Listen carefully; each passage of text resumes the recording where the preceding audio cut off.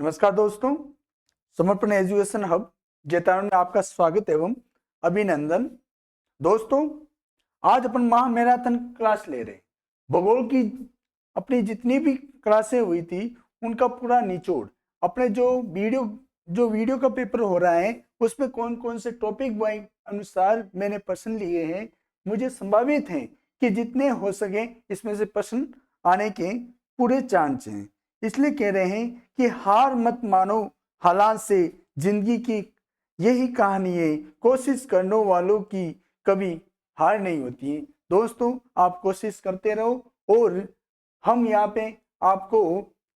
आपको मोटिवेशन कर रहे हैं। इसलिए आपको पढ़ना है और आप पढ़ोगे तभी आगे बढ़ोगे। दोस्तों, मैंने आज मैराथन लेके आया हूँ ज्योग्राफी की, जो भूगोल की क्लास है उसमें से जो मैं अपने टॉपिक थे टॉपिक वाइज मैंने ले लिया है और एक एक टॉपिक वाइज में जो प्रश्न है इंपॉर्टेंट बनते थे और वो गत वर्षों में जो प्रश्न आए हुए हैं मैंने उस शीर्षक से मैंने बनाए हैं। इसलिए दोस्तों, एक बार ये क्लास जरूर देखना ताकि क्या आपको जो भी समस्याएं वो आपकी सोल्व हो सकती हैं। इसलिए दोस्तों, मैंने आपको जो बताया है वो फिक्स है। तो अपन क्लास स्टार्ट करते हुए आज अपन ध्यान रखना, मेरा नाम वैसे ही आप वाकिफ हो कि मेरा नाम रमेश पवार है जो जैतारण से बिलोंग है। तो आपके लिए मैंने यहाँ पे ज्योग्राफी की क्लास लेकर आया हूँ। जो अपन प्रश्न स्टार्ट करते हैं, आज अपन क्या है थोड़ा रिवाइज करेंगे, जल्दी प्रश्न करेंगे ताकि क्या है आपको जल्दी फायदा मिल सके। अपन नेक्स्ट प्रश्न से स्टार्ट करते हुए पहला प्रश्न पूछा गया है, तो ध्यान रखना पहला प्रश्न क्या पूछा है। पहला प्रश्न पूछ रहा है, पहला प्रश्न कह रहा है कि राजस्थान दिवस कब मनाया जाता है। प्रश्न पूछने का क्या मतलब है कि इन्होंने क्या प्रश्न पूछा है कि राजस्थान दिवस कब मनाया जाता है। तो ये देखना, ये सेकंड ग्रेड में प्रश्न पूछा गया है। जो सोशल स्टडी का पेपर था उसमें 2011 में भी पूछा गया है, सीआरडी का पेपर में भी है और एसआई का पेपर होता है पीएसआई वाला, और पुलिस कांस्टेबल का एग्जाम हुआ था उसमें भी ये प्रश्न आता है। इसलिए ये इंपॉर्टेंट भी है। आप ध्यान रखना, जब राजस्थान का एकीकरण हुआ था उस समय जब अपना चौथा चरण जोड़ा गया था, वो कब जोड़ा गया था, 30 मार्च 1949 में जोड़ा गया था। उस समय ये तय कर दिया गया था कि राजस्थान को राजधानी घोषित करेंगे और राजस्थान की राजधानी कौन सी, जयपुर को घोषित किए गए थे। और उस समय वहां के प्रधानमंत्री किसे बनाया गया था, हीरालाल शास्त्री को बनाया गया था और उन्होंने सरदार वल्लभ भाई पटेल ने अपने हाथों से उनका उद्घाटन किया गया था और इस तरह से ये एकीकरण चरण पूरा किया गया था। इसलिए आपको ध्यान रखना ऑप्शन क्या क्या बता रहा है, 30 मार्च, 26 जनवरी या 30 अक्टूबर या आपको 14 नवंबर बता रहा है। तो इसलिए बच्चों ध्यान रखना इसका आंसर क्या होगा, अपना 30 मार्च होगा। तो ध्यान रखना इसका आंसर क्या अपना 30 मार्च है। तो 30 मार्च 1900 कब की बात है ये, 30 मार्च, ये ध्यान रखना 30 मार्च 49 की बात है। कब की बात है, 30 मार्च 1949 में। कब की बात है, 49 में इसकी स्थापना की गई थी और वर्ध राजस्थान के नाम से जाना जाता है। और ध्यान रखना ये जब 49 में की गई थी, इसमें जयपुर को राजधानी बनाई गई थी और राज प्रमुख भी बनाए थे और इस तरह से ये कंटिन्यू अपने चलते रहते हैं। तो आपको ध्यान रहा वृद्ध राजस्थान के समय में ही ये राजस्थान दिवस मनाया जाता है और उसको लास्ट तारीख मान के ये राजस्थान के दिवस में 30 मार्च को ये एक नहीं हमेशा एग्जाम में प्रश्न पूछा जाता है। इसलिए दोस्तों ध्यान रखना, आईएमपी मोस्ट इंपोर्टेंट है, अगला एग्जाम में प्रश्न पूछा जा सकता है। नेक्स्ट प्रश्न क्या पूछा है, नेक्स्ट प्रश्न पूछना है कि राजस्थान का राज्य पक्षी कौन सा है, राज्य पक्षी का नाम से जाना जाता है। तो आपको ध्यान रखना है ये राज्य पक्षी कौन सा है, तो आपको इसके बारे में थोड़ा ध्यान रखना चाहिए। तो राज्य पक्षी जो पुलिस कांस्टेबल में भी ये प्रश्न पूछा गया है और सेकेंड ग्रेड में भी यही सोशल स्टडी में प्रश्न पूछा गया था और राजस्थान पुलिस कांस्टेबल में भी आया हुआ है। तो रिपीट होने के पूरे चांस हैं। इसलिए ध्यान रखना ये राज्य पक्षी कौन है, अपना ध्यान रखना है मोर, घोड़ावल, कोयल या हंस। इसमें से ध्यान रखना, मोर तो होता है ये अपना राष्ट्रीय पक्षी है। कौन सा है मोर? मोर तो अपना राष्ट्रीय पक्षी है। घोड़ावल है जो अपना राज्य पक्षी है। और ये कब बना था? ये 1981 की बात है जब बना गया था, ये घोषित किया गया था। ध्यान रखना कब गया था?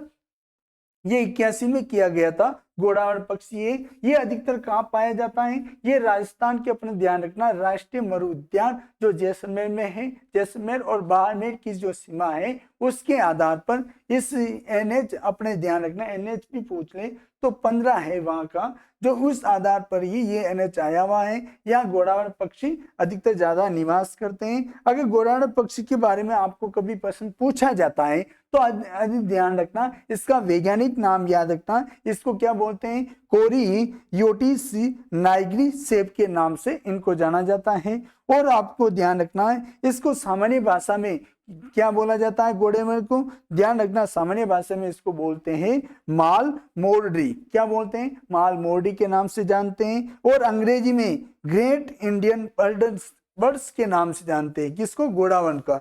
इसका आंसर अपना क्या है कि घोड़ावल है। कौन सा आंसर है? घोड़ावल है। तो घोड़ावल के बारे में बता रहा हूं विस्तार से, थोड़ा ध्यान रखना। इसमें क्या है कि घोड़ावल के बारे में ध्यान, अंग्रेजी में इसे ग्रेट इंडियन बस्टर्ड के नाम से जाना जाता है। ये एग्जाम में बार बार प्रश्न पूछा गया है, इसलिए दोस्तों आपको थोड़ा ध्यान रख के इसका आंसर देना चाहिए। हिंदी में इसको क्या बोलते हैं? सोन चिड़िया के नाम से। घोड़ावल पक्षी को हिंदी में क्या बोलते हैं? इसको क्या बोलते हैं? सोन चिड़िया के नाम से जाना जाता है। तो ध्यान रखना, या इसको हुकना भी बोलते हैं। क्या बोलते हैं? इसको हुकना भी बोला जाता है।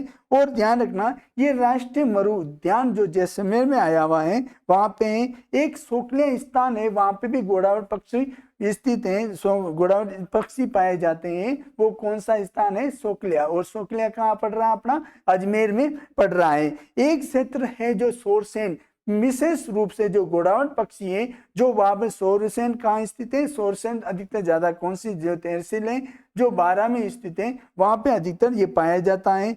ध्यान रखना, ये क्या है कि छोटे छोटे प्रश्न होते हैं जो जरूर आते हैं। ये मूलतः पूछ ले, यानी मूलत रूप से ये कहाँ के निवासी है? तो ये घोड़ावल पक्षी मूलत रूप से अफ्रीका के हैं। कहाँ के हैं? ये अफ्रीका के हैं। तो मैंने आपको डिटेल से इसके बारे में, घोड़ावल के बारे में पूछ लिया। और मोर है अपना राष्ट्रीय पक्षी है, इसका भी थोड़ा ध्यान रखना है। तो आपको मैंने जो विस्तार से बताया है थोड़ा सा देखना। और इसका आंसर क्या अपना दूसरा है।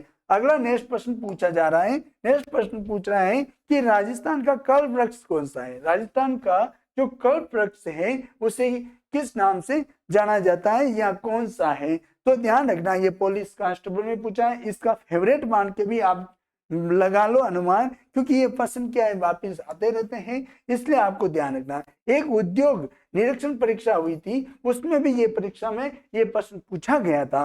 ध्यान रखना, पहला ऑप्शन दे रखा है डार्क ट्री, साल ट्री या फिर खेजड़ी या प्लास। प्लास होती है, इसको ध्यान रखना, इसको क्या बोलते हैं? जंगल की आग के नाम से भी जाना जाता है। तो इसलिए ध्यान रखना, प्लास अलग ही चीज है। फिर खेजड़ी, खेजड़ी को कल्प वृक्ष कहते हैं, क्योंकि ये कल्प वृक्ष की ध्यान रखना, ये कब घोषित किया गया था?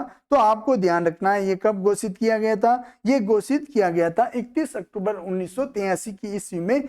ये राज्य वृक्ष के रूप में इसे घोषित किया, कल्प वृक्ष के रूप में इसे घोषित किया गया था। तो आपको ध्यान रखना है। और ये इसके अन्य नाम कभी पूछा जाए तो ये रेगिस्तान का कल्प वृक्ष के नाम से जाना जाता है, या इसको राजस्थान का गौरव भी बोलते हैं। किसको बोलते हैं? खेजड़ी। इसका आंसर तो अपना क्या है? खेजड़ी है। तो खेजड़ी के बारे में बता रहा हूं, तो आपको थोड़ा सा ध्यान रखना है किस किस के नाम से जाना जाता है। ये भारतीय धर्म ग्रंथों में देखना, इसे भारतीय धर्म ग्रंथों में इसे समी के नाम से जानते हैं। यानी ग्रंथों में क्या नाम मिलता है इसका? समी के नाम से जाना जाता है। और वैज्ञानिक भाषा में इसको क्या बोलते हैं? अगर इसका वैज्ञानिक नाम पूछ ले, खेजड़ी का वैज्ञानिक नाम पूछा जाए, तो आपको ध्यान रखना है प्रोसोपिस सिनेरिया के नाम से जाना जाता है। क्या बोलते हैं इसको? प्रोसोपिस सिनेरिया के नाम से जाना जाता है। किसको? खेजड़ी का वैज्ञानिक नाम है। और राजस्थानी भाषा में इसको सिमलो कहा जाता है। क्या कहते हैं इसको? राजस्थानी भाषा में इसको सिमलो के नाम से जानते हैं। और स्थानीय भाषा में इसे जाटी कहते हैं। स्थानीय लोग क्या करते हैं, जहाँ पे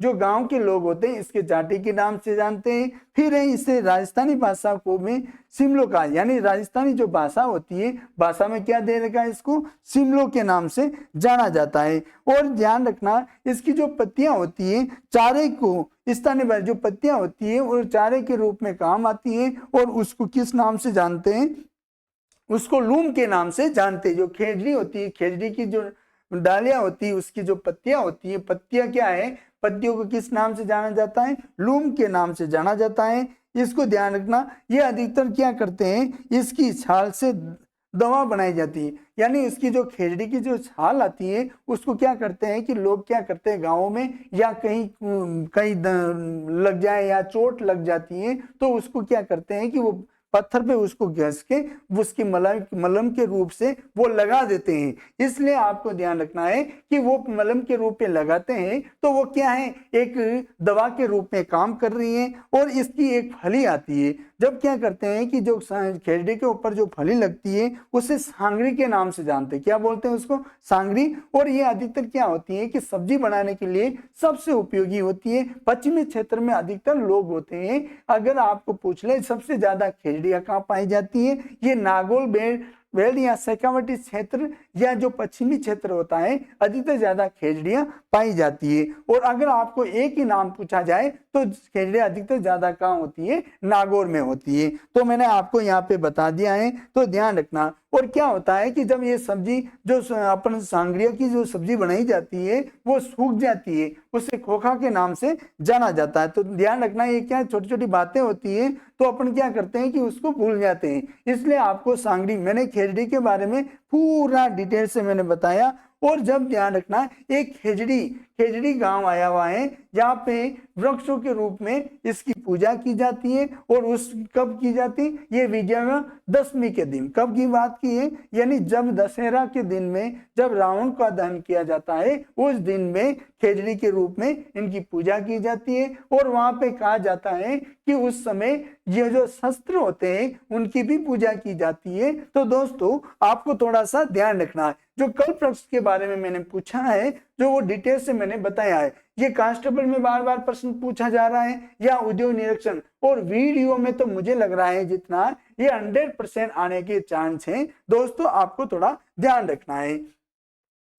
नेक्स्ट प्रश्न पूछा जा रहा है कि राजस्थान के किस संभाग में सबसे अधिक जिले हैं, यानी राजस्थान के कितने संभाग हैं। तो ध्यान रखना कि क्या हुआ था कि जब अशोक गहलोत मुख्यमंत्री बने थे उस समय उन्होंने क्या कर दिया, जब 7 थी संभाग व्यवस्था और उस समय उनको क्या कर दिया, उनको बढ़ा दिए गए और उन्होंने बढ़ा दिए गए और उनको बढ़ा के कितना कर दिया गया, उनको बढ़ा के उनको कर दिया 10 कर दिए, 3 और जोड़ दिए गए थे। तो वो जोड़ा था, तो वो जोड़ने का कारण यही था कि संभाग व्यवस्था बनाना था। तो उन्होंने क्या किया, सीकर है, फिर बांसवाड़ा है, सीकर, बांसवाड़ा और पाली, 3 जिलों को उन्होंने क्या कर दिया, संभाग के रूप में घोषित कर दिया। परंतु उस क्या हुआ कि जब 2024 की बात है, जब सरकार परिवर्तन होती रहती है, तो परिवर्तन हुई थी जब उस समय मुख्यमंत्री कौन आए थे, पंडित अपने जो मुख्यमंत्री कौन आए थे, भजनलाल जी सरकार बनी थी। ये कब की बात है, ये 28 या 29 दिसंबर 2024 की बात है। उस समय क्या हुआ कि यहाँ पे परिवर्तन किए गए थे और इन संभागों को क्या कर दिया, ये पूर्ण रूप से जो 9 जिले थे उनको हटा दिया गया। 9 जिले जिन्होंने क्या किया, अशोक गहलोत ने जो 50 जिले बनाए थे उसमें से 9 जिलों को उन्होंने निरस्त कर दिया और 3 जो जिले थे, 3 जो संभाग बनवाए गए थे उनको भी उन्होंने निरस्त कर दिया। और अब प्रेजेंट वर्तमान में आपको पूछा जाए तो ध्यान रखना, वर्तमान में पूछा जाए तो जिलों की संख्या कितनी है, जिलों की संख्या पूछी जाए तो 41 है। और आपको संभाग पूछा जाए तो उस समय ध्यान रखना, अब वर्तमान में संभाग पूछे तो 7 ही संभाग है। तो ये प्रश्न क्या पूछ रहा है, प्रश्न पूछना है कि राजस्थान के किस संभाग में सबसे अधिक जिले हैं। तो ये कार्यपाल की परीक्षा हुई थी, उसमें ये परीक्षा में एग्जाम में प्रश्न पूछा गया था। तो ध्यान रखना, जोधपुर, भरतपुर, जयपुर या अजमेर सबसे ज्यादा किन जिले में है। तो आपको ध्यान रखना है, जो जोधपुर जिला है, जोधपुर में पहले कितने थे, 6 जिले थे, वो उनकी संख्या कितनी बढ़ गई, 2 जिले और बढ़ गए। कौन से, एक फलोदी था और दूसरा कौन सा था, बालोतरा, जो बाड़मेर से टूटकर बालोतरा बनाया गया, और फलोदी जोधपुर और जैसलमेर के भाग के थोड़ा क्षेत्र को अलग करके उनको क्या कर दिया, फलोदी को जिला घोषित करने के कारण जोधपुर जिले में 8 जिले हो गए। और भरतपुर है, भरतपुर में क्या था, पहले क्या है 4 जिले थे। 4 जिले कौन कौन से थे, करौली, धौलपुर, भरतपुर और सवाई माधोपुर थे। तो उसमें से क्या किया उन्होंने, भरतपुर का एक छोटा सा भाग था, उसे एक तहसील थी, उसकी थोड़ी बड़ी तहसील थी, उसका नाम था डीग। डीग को भरतपुर से अलग करके एक जिला घोषित कर दिया गया। तो उससे आधार पर भरतपुर के कितने जिले हो गए, 5 जिले हो गए। फिर जयपुर का था, जयपुर में क्या हुआ, जब जयपुर का थोड़ा भाग बड़ा होने के कारण इसमें आपको ध्यान रखना कोटपुतली और बहरोड क्षेत्र था, उसको क्या कर दिया, जयपुर से अलग कर दिया गया और अलग जिला घोषित कर दिया गया। फिर उसमें से जो अलवर का था, खेरतर तिजारा था, उसको भी क्या किया उन्होंने, क्या किया, अलग कर दिया गया। तो अलवर से अलग किसे किया गया, खेरतर तिजारा को कर दिया गया। दो मतलब 4 जिले ये हो गए। फिर दौसा हो गया, जयपुर हो गया।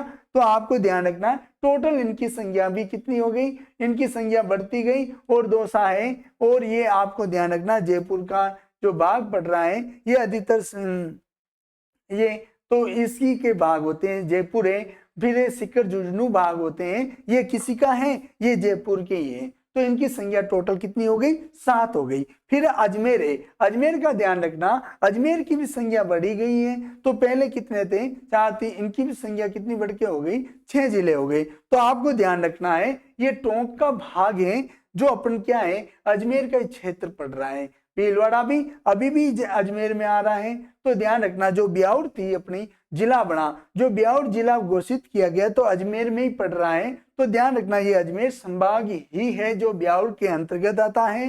तो आपको इतना ध्यान रखना, जो डीडवाना कुचामन है, जो डीडवाना कुचामन या नागौर क्षेत्र है, ये अजमेर के ही भाग है। तो आपको ध्यान रखना है इसमें 6 हो गए, इसमें 7 हो गए, इसमें 5 हो गए, और जोधपुर में सबसे ज्यादा 8 हो गए। तो ध्यान रखना 8 हो गए, ये 5 हो गए, ये 7 हो गए, और ये कितने हो गए, 6। तो इनकी संख्या अगर आदि पूछ ले तो आपको थोड़ा ध्यान रखना, मैंने क्या है कि थोड़ा सा डिटेल से आपको डायरेक्ट प्रश्नों के आंसर बता रहा हूं। तो ध्यान रखना ये प्रश्न क्या है, वापिस उधर पूछ के ये प्रश्न आने लायक है। तो ध्यान रखना सबसे ज्यादा अधिक जिले पूछ ले तो जोधपुर के हैं, किसके हैं, अधिकतर भाग किसके हैं, जोधपुर के हैं। नेक्स्ट प्रश्न ध्यान रखना, नेक्स्ट प्रश्न पूछ रहा है कि राजस्थान राज्य के कुल क्षेत्रफल है जो लगभग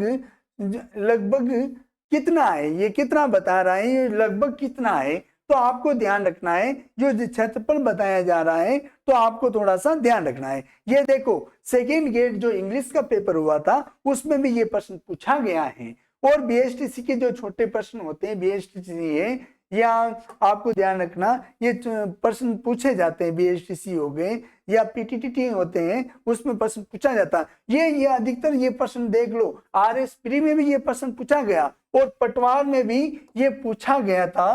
तो ध्यान रखना ऐसे प्रश्न होते हैं ये आने की संभावना होते हैं। तो आपको ध्यान रखना इसमें ऑप्शन क्या दे रखा है, तो ये कनिष्ठ अनुदेशन में भी पूछा गया, बार बार प्रश्न रिपीट हो रहा है। तो सोचो कि आपको ये प्रश्न आने का 100% चांस होता है। इसमें ऑप्शन दे रखा है 2,24,000 वर्ग किलोमीटर या 3,42,000 वर्ग किलोमीटर या 4,24,000 वर्ग किलोमीटर या 5,42,000 वर्ग किलोमीटर। तो आपको ध्यान रखना ये जो ऐसे प्रश्न होते हैं, ये प्रश्न होते हैं तो थोड़ा सा ध्यान रखना है, ये प्रश्न होते हैं तो थोड़ा सा आपको ध्यान रखना है। इसका ऑप्शन तो वैसे तो अपने का कौन सा है, दूसरा है। दूसरा क्या पूछ रहा है कि 3,42,000 वर्ग किलोमीटर है। अगर आपको इसी को प्रश्न को घुमा के अगर एग्जाम में प्रश्न और अलग से पूछ ले तो आपको थोड़ा सा ध्यान रखना है कि ये क्या है, यानी ये अगर मील में भी पूछ ले तो एक यानी 1,32 1,40 ये वर्ग मील, ये वर्ग मील भी पूछ ले तो मीलों में पूछा जाता है। तो ये प्रश्न का आंसर आपको थोड़ा सा ध्यान रखना, क्या 1,32 1,40 या कभी कभी क्या 39 भी पूछ लेते हैं। तो आपको ध्यान रखना है ये थोड़ा सा प्रश्न आते हैं तो थोड़ा घुमा के दे देते हैं, इसलिए दोस्तों आपको थोड़ा ये भी ध्यान रखना है। तो इसलिए ये प्रश्न मैंने दोनों का आंसर यहाँ पे दे दिया है। तो दोस्तों थोड़ा ध्यान रखना, आपको स्पष्ट रूप से दिख रहा है। इसके क्या है कि आप टिक लगाते जाओ ताकि क्या है कि आप बताते रहो। क्योंकि आप बोल रहे नहीं हो, खाली कमेंट कर रहे हो, इसलिए मेरा कहने का मतलब यही है कि इसको प्रश्नों को आंसर देने की कोशिश करो। ये ऐसे गलत हो जाते हैं तो ये किसका नुकसान है? आप लोगों का। और उससे ज्यादा तो नुकसान हमारा लोगों का है, क्यों आपको बताने के बाद में भी आप उनका आंसर गलत कर रहे हो। तो दोस्तों, तो आप इन प्रश्नों को क्या है कि 4 ऑप्शन तक आपको देख के ही उनका आंसर देना चाहिए। अब अगला प्रश्न पूछा है, जो राजस्थान राज्य की स्थिति या विस्तार के संबंध में निम्नलिखित में से कौन सा कथन सही नहीं है। ऐसे प्रश्न क्या होते हैं, आते रहते हैं, मुझे जितना लग रहा है ये प्रश्न आने लायक है। तो दोस्तों, इसका प्रश्न का आंसर आपको देना चाहिए। ये देखो, ये जो अपने लाइब्रेरी का पेपर था उसमें भी प्रश्न पूछा गया था, पटवार में भी आया हुआ ये प्रश्न। तो ऐसे प्रश्न आते हैं, तो ये प्रश्न क्या पूछ रहा है? नहीं का। ऐसे प्रश्न आते हैं तो दोस्तों आपको ध्यान रखना है कि ऐसे प्रश्न आ जाए तो थोड़ा सा सोच समझ के इन प्रश्नों के आंसर करना चाहिए। ये पहला ऑप्शन बता रहा है कि राज्य का, जो अपने राज्य है, राज्य का उत्तर से दक्षिण एवं पूर्व से पश्चिम विस्तार क्रमशः 869 किलोमीटर तथा 826 किलोमीटर है। तो आपको ध्यान रखना है, मैंने स्पष्ट रूप से जब पढ़ाया था पहला चैप्टर जो स्थिति विस्तार में, मैंने बिल्कुल बताया था, नक्शों के द्वारा बताया गया था, इसलिए आपको इसका आंसर देना चाहिए। इसमें क्या पूछना नहीं है। फिर राज्य की आकृति विषम कोणीय चतुर्भुज है, ये मैंने स्पष्ट बताया था कि इसकी आकृति कैसी है, विषम कोणीय चतुर्भुज है। तो आपको ध्यान रखना है। फिर इसमें क्या प्रश्न पूछा गया है कि राज्य की अंतर्राष्ट्रीय और अंतर्राज्यीय सीमा की लंबाई 1070 किलोमीटर या 4850 किलोमीटर तथा 4850 किलोमीटर है। राज्य का भौगोलिक क्षेत्रफल भारत के कुल क्षेत्रफल का 10 पॉइंट कितना 10.41% के बराबर है। तो आपको क्या प्रश्न पूछ रहा है कि राजस्थान राज्य की स्थिति और विस्तार के संबंध में निम्नलिखित में से कौन सा कथन सही नहीं है। तो आपको ध्यान रखना, इसमें से आंसर कौन सा, यानी उत्तर से दक्षिण, ये उत्तर है, उत्तर से दक्षिण का पूछ रहा है। तो ध्यान रखना, मैंने इसका बताया था आपको, इसका आंसर क्या बताया था मैंने, तो ये उत्तर से दक्षिण था, ये 826 था, और ये पूर्व से पश्चिम के बारे में बताया गया था, तो ये कितना था 869 बताया था। तो मैंने दोनों का निचोड़ बताया था, तो इसका ऑप्शन क्या है, पहला गलत था। तो ये आंसर क्या होगा अपना, फर्स्ट राइट होगा। नेक्स्ट प्रश्न दे रहा है, नेक्स्ट प्रश्न देखो कि राज्य की कुल स्थलीय सीमा की लंबाई कितनी है। स्थलीय सीमा की लंबाई कितनी है, मैंने नक्शे से पहले ही बता दिया था कि जो स्थलीय सीमा है उनकी अलग अलग लंबाई। ये कहाँ का देखो, क्या एसआई में भी ये प्रश्न पूछा गया है। देखो, कनिष्ठ वैज्ञानिक सहायक प्रश्न है, उसमें भी ये प्रश्न पूछा गया भौतिकों में, और ये कनिष्ठ वैज्ञानिक हुए जो सहायक हुए थे, उसमें भी ये प्रश्न पूछा गया है। तो आपको ध्यान रखना है, ये कुल स्थलीय सीमा के बारे में पूछ रहा है। स्थलीय सीमा की लंबाई कितनी है, आपको ध्यान रखना 3 स्थल की। अगर आपको यहाँ पे अंतरराष्ट्रीय पूछ ले, तो अंतरराष्ट्रीय पूछे तो अंतरराष्ट्रीय क्या बताओगे आप, अंतरराष्ट्रीय पूछ ले, अंतरराष्ट्रीय कौन सी, जो पाकिस्तान से लग रही है, तो उसमें ध्यान रखना अपने 5 जिले हैं वो स्पष्ट कर रहे हैं। कितने कर रहे हैं, ये 5 जिले कर रहे हैं।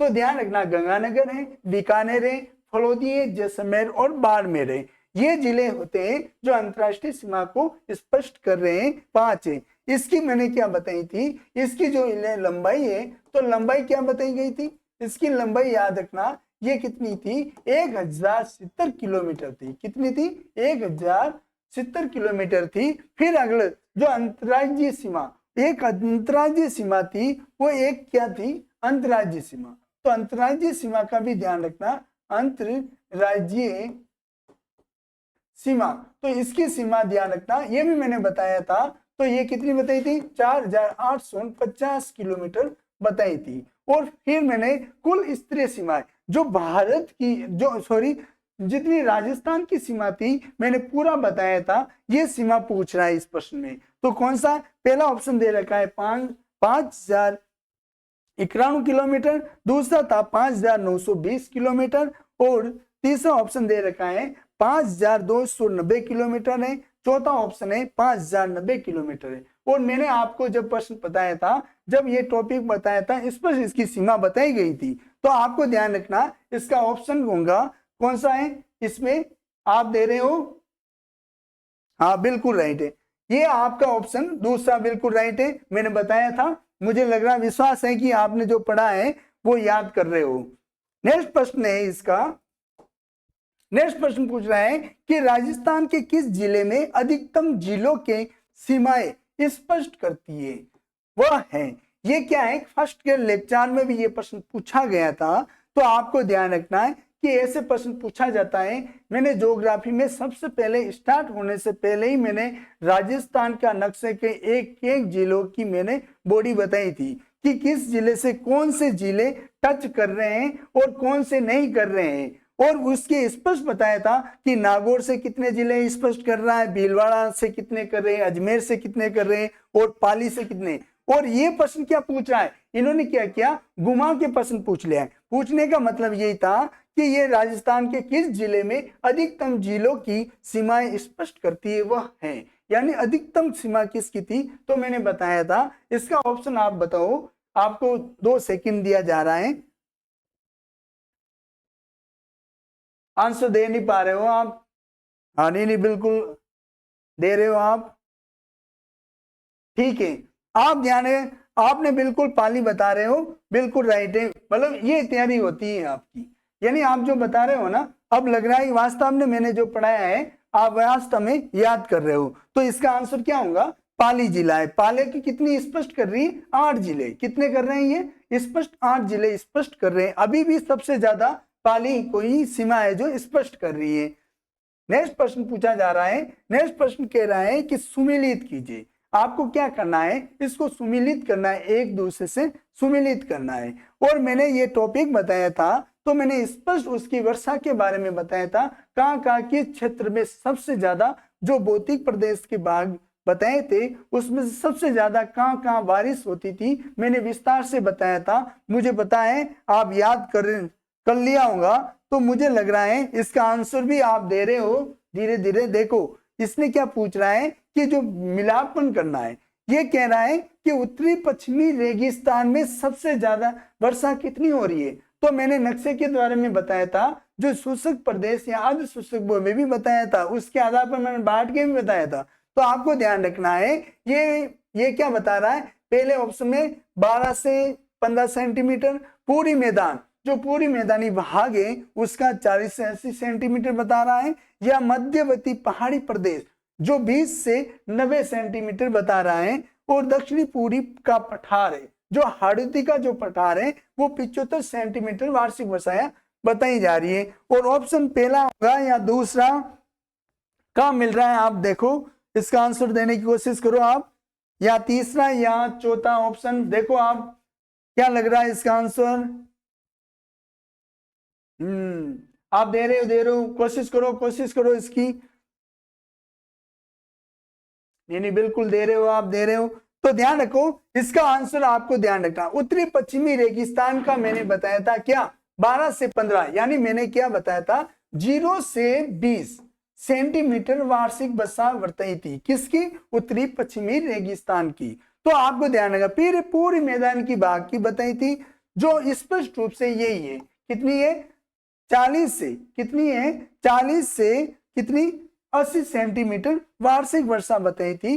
तो आपको ध्यान रखना, इसकी मैंने बिल्कुल राइट बताई थी, ये 60 से कितनी, 60 से 80 सेंटीमीटर वार्षिक वर्षा बताई थी मैंने, ये भी ऑप्शन राइट है। फिर मध्यवर्ती पहाड़ी प्रदेश, जो मध्यवर्ती पहाड़ी क्षेत्र क्या होता है कि अधिकतर ज्यादा, कभी कभी क्या होता है कि किन क्षेत्र में तो कभी बारिश ज्यादा हो जाती है और कई, हाँ जो मध्यवर्ती पहाड़ी प्रदेश है इसका ऑप्शन क्या होगा, 20 से 90 सेंटीमीटर। दक्षिण पूर्वी का पठार ध्यान रखना, ये 75 सेंटीमीटर वार्षिक वर्षा हो रही है। तो अपना ऑप्शन यहाँ कौन सा होगा, चौथा, 1 2 3 4, ऑप्शन कौन सा है, चौथा है। अगला नेक्स्ट प्रश्न है कि राजस्थान का कौन सा भौगोलिक अचल प्राचीनतम है, ये कौन सा है। तो ये राजस्थान जो पुलिस कांस्टेबल का पेपर हुआ था उसमें ये प्रश्न पूछा गया है, तो आपको ध्यान रखना है। तो ये प्रश्न पूछा गया है तो थोड़ा सा ध्यान रखना है। इसका क्या आंसर, पहला बता रहा है गगन का मैदान अचल क्षेत्र, या उत्तरी पूर्वी मैदान का अचल, या अरावली पर्वतीय अचल। तो आपको ध्यान रखना है इसका ऑप्शन क्या होगा, तीसरा ऑप्शन इसका राइट है।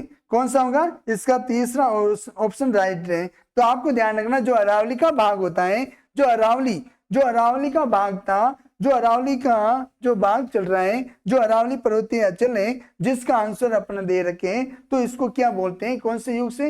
ये एक इसे प्री कैम्ब्रिक युग के नाम से जानते हैं। जो दक्षिणी पूरी का पठार है, इसको किसको नाम से जानते हैं? ये एक क्रीटेशियम युग के नाम से, और पूरी मैदानी है, इससे प्लीस्टोसीन प्रारंभिक युग है। और थारका मजदूर है, इसको भी क्या बोलते हैं? प्लीस्टोसीन उत्तर युग, जो उत्तर युग के रूप में जाना है। इसके नेक्स्ट प्रश्न पूछा जा रहा है, नेक्स्ट प्रश्न देखना, इसका आंसर कौन सा था? अपना तीसरा है। अलग प्रश्न पूछा जा रहा है, अलग है, ये निम्नलिखित में से कौन सा बालू का स्तूप मंद पर्णामुखी डाल एवं तीव्र पर्णानुमुखी डाल वाला होता है? तो ये एलडीसी में प्रश्न पूछा गया था। तो ध्यान कौन सा है? इसका आंसर ध्यान रखना, ये बरखान है। कौन सा आंसर इसका? बरखान है। नेक्स्ट प्रश्न पूछा जा रहा है, नेक्स्ट प्रश्न पूछ रहा है कि दक्षिणी पूरी का पठार है के दो भाग कौन से? दो भाग मैंने बताया था, तो ध्यान रखना कौन से दो भाग है। पहला ऑप्शन है ये उपरमाल का पठार या बोराट का, ये भी नहीं है। विंध्याचल का पठार या दखन का, ये है। या पोतवार का पठार या दखन का पठार, या उपयोग में से कोई नहीं। तो आपको ध्यान रखना, इसका आंसर कौन सा है? ये विंध्य का पठार है, ये दक्षिण का पठार, ये चौथा भाग है। कौन सा? दक्षिणी पूरी पठार भौती प्रदेश का चौथा भाग है। ध्यान रखना, जो HM सक्सेना के अनुसार ये कितने भाग है? इसके दो भाग बताए गए थे। जो विंध्याचल पठार है, ये से 4.49% यहाँ पे क्षेत्रफल है, इसका थोड़ा ध्यान रखना है। नेक्स्ट प्रश्न पूछ रहा है कि संतों के शिखर, ये संतों का शिखर कहने वाला कौन था? कर्णजय टोड थे। इसके घोड़े वाला बाबा के नाम से जाना जाता है। और ध्यान रखना, ये प्रश्न पूछा गया था, संतों का शिखर महिला पर्यवेक्षक है, परीक्षा हुई थी, उसमें पूछा गया है। तो ऐसे प्रश्न क्या वापिस रिपीट हो जाते हैं? ये आदि कहाँ पे? इसका आंसर ध्यान रखना, गुरु शिखर, तारागढ़, या खोले के हनुमान जी, या नागपहाड़। तो आपको ध्यान रखना गुरु शिखर है, इसका आंसर क्या होगा? गुरु शिखर। गुरु शिखर कहाँ स्थित है? माउंट आबू में स्थित है। कहाँ है? माउंट आबू है, जो सिरोही क्षेत्र स्थित है, वहां पे। इसकी ऊंचाई पूछ ले तो ध्यान रखना, ये 1722 सेंटीमीटर 22 है इसकी खुद ऊंचाई है, चोटी है, सबसे ऊंची है। ध्यान रखना, ये दक्षिण की सबसे ऊंची पर्वत चोटी है। तो आपको इसका ध्यान रखना। तारागढ़ ध्यान रखना अजमेर में, नागपहाड़ भी अजमेर में, खोले के हनुमान जी है, ये जयपुर में है। थोड़ा सा इनका भी थोड़ा ध्यान रखना। अगला प्रश्न पूछा है कि ऊंचाई के हिसाब से घटते क्रम में अरावली पर्वत की चोटियों का सही क्रम क्या है? ये पटवार में प्रश्न पूछा गया है, पटवार में आ रहा है। और मूल्यांकन अधिकारी प्रश्न पेपर हुआ था, उसमें भी ये प्रश्न पूछा गया था। तो ध्यान रखना, इसमें क्या पूछ रहा है? ऑप्शन ध्यान है, शेर, कुमलगढ़, गुरु शिखर, दिलवाड़ा, अचलगढ़। नहीं, ये गुरु शिखर, शेर, दिलवाड़ा, अचलगढ़, कुमलगढ़, गुरु शिखर, दिलवाड़ा, शेर, अचलगढ़, कुमलगढ़, गुरु शिखर, ये दिलवाड़ा, शेर। तो आपको ध्यान रखना, ये दूसरा ऑप्शन इसका राइट रखना, गुरु शिखर आएगा। क्या आएगा इसका? गुरु शिखर है, ये 1722 है। शेर ध्यान रखना, ये कितनी 1597 है। दिलवाड़ा पूछे गए, ये 1542 है। तो ध्यान रखना, ये अचलगढ़ है। फिर कुमलगढ़ की है 1500 की भी, तो यानी 1224 है। अचलगढ़ का भी ध्यान रखना, अचलगढ़ की पूछे 1380 है। तो थोड़ा सा ध्यान, ये घटते क्रम के रूप में पूछा गया था। तो अपना ऑप्शन कौन सा होगा? दूसरा होगा। नेक्स्ट प्रश्न है, नेक्स्ट प्रश्न पूछा जा रहा है कि बोराट का पठार कहाँ स्थित है? यहाँ स्थित है। ये पुलिस उप निरीक्षण प्रश्न में पूछा गया है। JN वाला पेपर होता है, उसमें भी रीट लेवल सेकंड हुआ था, उसमें भी ये प्रश्न पूछा गया है। तो थोड़ा ध्यान रखना है। फिर इसका ध्यान पूछना है, बोराट का पठार पूछा जाता है, ये उदयपुर के दक्षिणी पश्चिम में, या कोमलगढ़ से गोविंदा तक, या पूरी दिल्ली से जयपुर तक, या आमेर से नाहरगढ़ तक, या जोधपुर से उत्तरी अजमेर तक। तो आपको ध्यान रखना, इसका आंसर क्या होगा? उदयपुर के उत्तरी पश्चिमी से कुमलगढ़ के गोविंदा तक ये भाग फैला हुआ है। तो इसका आंसर क्या होगा? पहला ऑप्शन राइट होगा। बोराट का पठार है जो अपने कुमलगढ़ यानी राजसमंद के लगा के उदयपुर का जो क्षेत्र है वहां तक ही ये फैला हुआ है। फिर अगला है सुमिलित कीजिए। ये व्याख्याता आयुर्वेद विभाग हुआ था, उसमें ये प्रश्न पूछा गया था। इसको सम्मिलित करनी ऐसी चोटी है जिसके बारे में पूछ दें। उत्तरी अरावली में कौन सी चोटी आ रही है, इसका मिलाप करना है तो ध्यान रखना उत्तरी अरावली की सबसे ऊंची चोटी ध्यान रखना है कौन सी है, रघुनाथगढ़ है। इसका ध्यान रखना, ये 1055 मीटर है। कितनी है जो ध्यान रखना है। फिर अगला ध्यान मध्य अरावली की, मध्य अरावली की ध्यान रखना है टोटगढ़। ये कहाँ पड़ रहा है, ये ब्यावर में पड़ रहा है। कहाँ पड़ रहा है ये ब्यावर में पड़ रहा है। फिर दक्षिणी अरावली, जो दक्षिणी अरावली की दिलवाड़ा, ये दिलवाड़ा की कितनी है, ये 1442 है, तो थोड़ा ध्यान रखना। फिर हाड़ौती प्रदेश, हाड़ौती की है सतूर है। कहा है ये, सतूर है, ये चोटी सबसे बड़ी है। तो आपको ध्यान है, ये ऑप्शन कहाँ मिल रहे हैं, ये ऑप्शन आपको ध्यान रखना, ये ऑप्शन कहाँ मिल रहा है अपना उत्तरी अरावली चौथा, ये 1 4 1 3 2, तो ऑप्शन क्या होगा अपना तीसरा ऑप्शन अपना राइट होगा। तो आपको ये आंसर अपने मिलाते जाओ। और अगला नेक्स्ट प्रश्न पूछा जा रहा है, सामने थे राजस्थान को कितने जलवायु क्षेत्रों में विभाजित किया जाता है। तो राजस्थान को कितने जलवायु क्षेत्र में, तो ऐसे ध्यान रखना 5 4 6 या 3 यही होता है। तो कितने क्षेत्रों में, 5 क्षेत्रों में बांटा गया। तो ऑप्शन क्या होगा 5 कौन से, यानी शुष्क है, अर्ध शुष्क है, उप आर्द्र है, आर्द्र है और अति आर्द्र, ये 5 क्षेत्र हैं। उसका मैंने बता दिया, मैंने जब क्लासें बताई थी उसमें ये विस्तार से बताया गया है, तो थोड़ा ध्यान रखना। फिर राजस्थान में मानसूनी वर्षा किस दिशा में बढ़ती है। तो मैंने राजस्थान का जब नक्शा बताया था तो मैंने स्पष्ट रूप से ये बताया था कि जो दिशा होती है इस दिशा से दक्षिणी पूर्वी से ये उत्तरी पश्चिमी की ओर, ये अधिकतर बारिश कहाँ हो रही, ये इधर से हवा चलती रहती है। ये हवा कहाँ चल रही, ये इस साइड से चलती है। तो थोड़ा ध्यान रखना, इसका आंसर क्या होगा, दक्षिणी पश्चिम से उत्तर पूर्व की होगा, या दक्षिणी पूर्व से उत्तर पश्चिमी, या उत्तर पश्चिम से दक्षिणी पश्चिम। मैंने यहाँ से मैंने बताया है। तो आपको ध्यान रखना कहाँ ऑप्शन बढ़ रहा है अपने मानसूनी वर्षा, मानसूनी वर्षा ध्यान रखना दक्षिणी पूर्व से उत्तर पश्चिमी की ओर है। तो ऑप्शन कौन सा है, दूसरा ऑप्शन अपना राइट है। नेक्स्ट प्रश्न पूछा जा रहा है कि राजस्थान में वार्षिक वर्षा का औसत है, वार्षिक वर्षा कितनी हो रही है। तो ध्यान रखना वार्षिक वर्षा ध्यान रखना ये 48 से 52 सेंटीमीटर, 63 से 37 मतलब 67 फिर 57 से 58 या 58 से 62 सेंटीमीटर वार्षिक वर्षा हो रही है। तो आपको थोड़ा ध्यान रखना है, ये प्रश्न पूछा जा रहा है, थोड़ा देख के चलना। तो इसमें ध्यान रखना अपना ऑप्शन कौन सा होगा, तीसरा 57.58। तो ध्यान रखना कभी ऑप्शन में क्या पूछ लेते हैं 1.7, तो आपको ये प्रश्न पूछ ले तो भी ध्यान रखना सेंटीमीटर, ये वार्षिक वर्षा भी ये डायरेक्ट प्रश्न पूछ लेते हैं। तो ध्यान रखना इसका ऑप्शन क्या होगा 57 से 58 सेंटीमीटर वार्षिक वर्षा होती है। नेक्स्ट प्रश्न पूछ रहे हैं कि गर्मियों के समय में भारत के मान मरुस्थल से चलने वाली गर्म हवा क्या कहलाती है, यानी जो चलने वाली जो मानसून से जो हवाएं होती है उसे क्या कहा जाता है। तो थोड़ा ध्यान रखना है इन हवाओं को क्या इस नाम से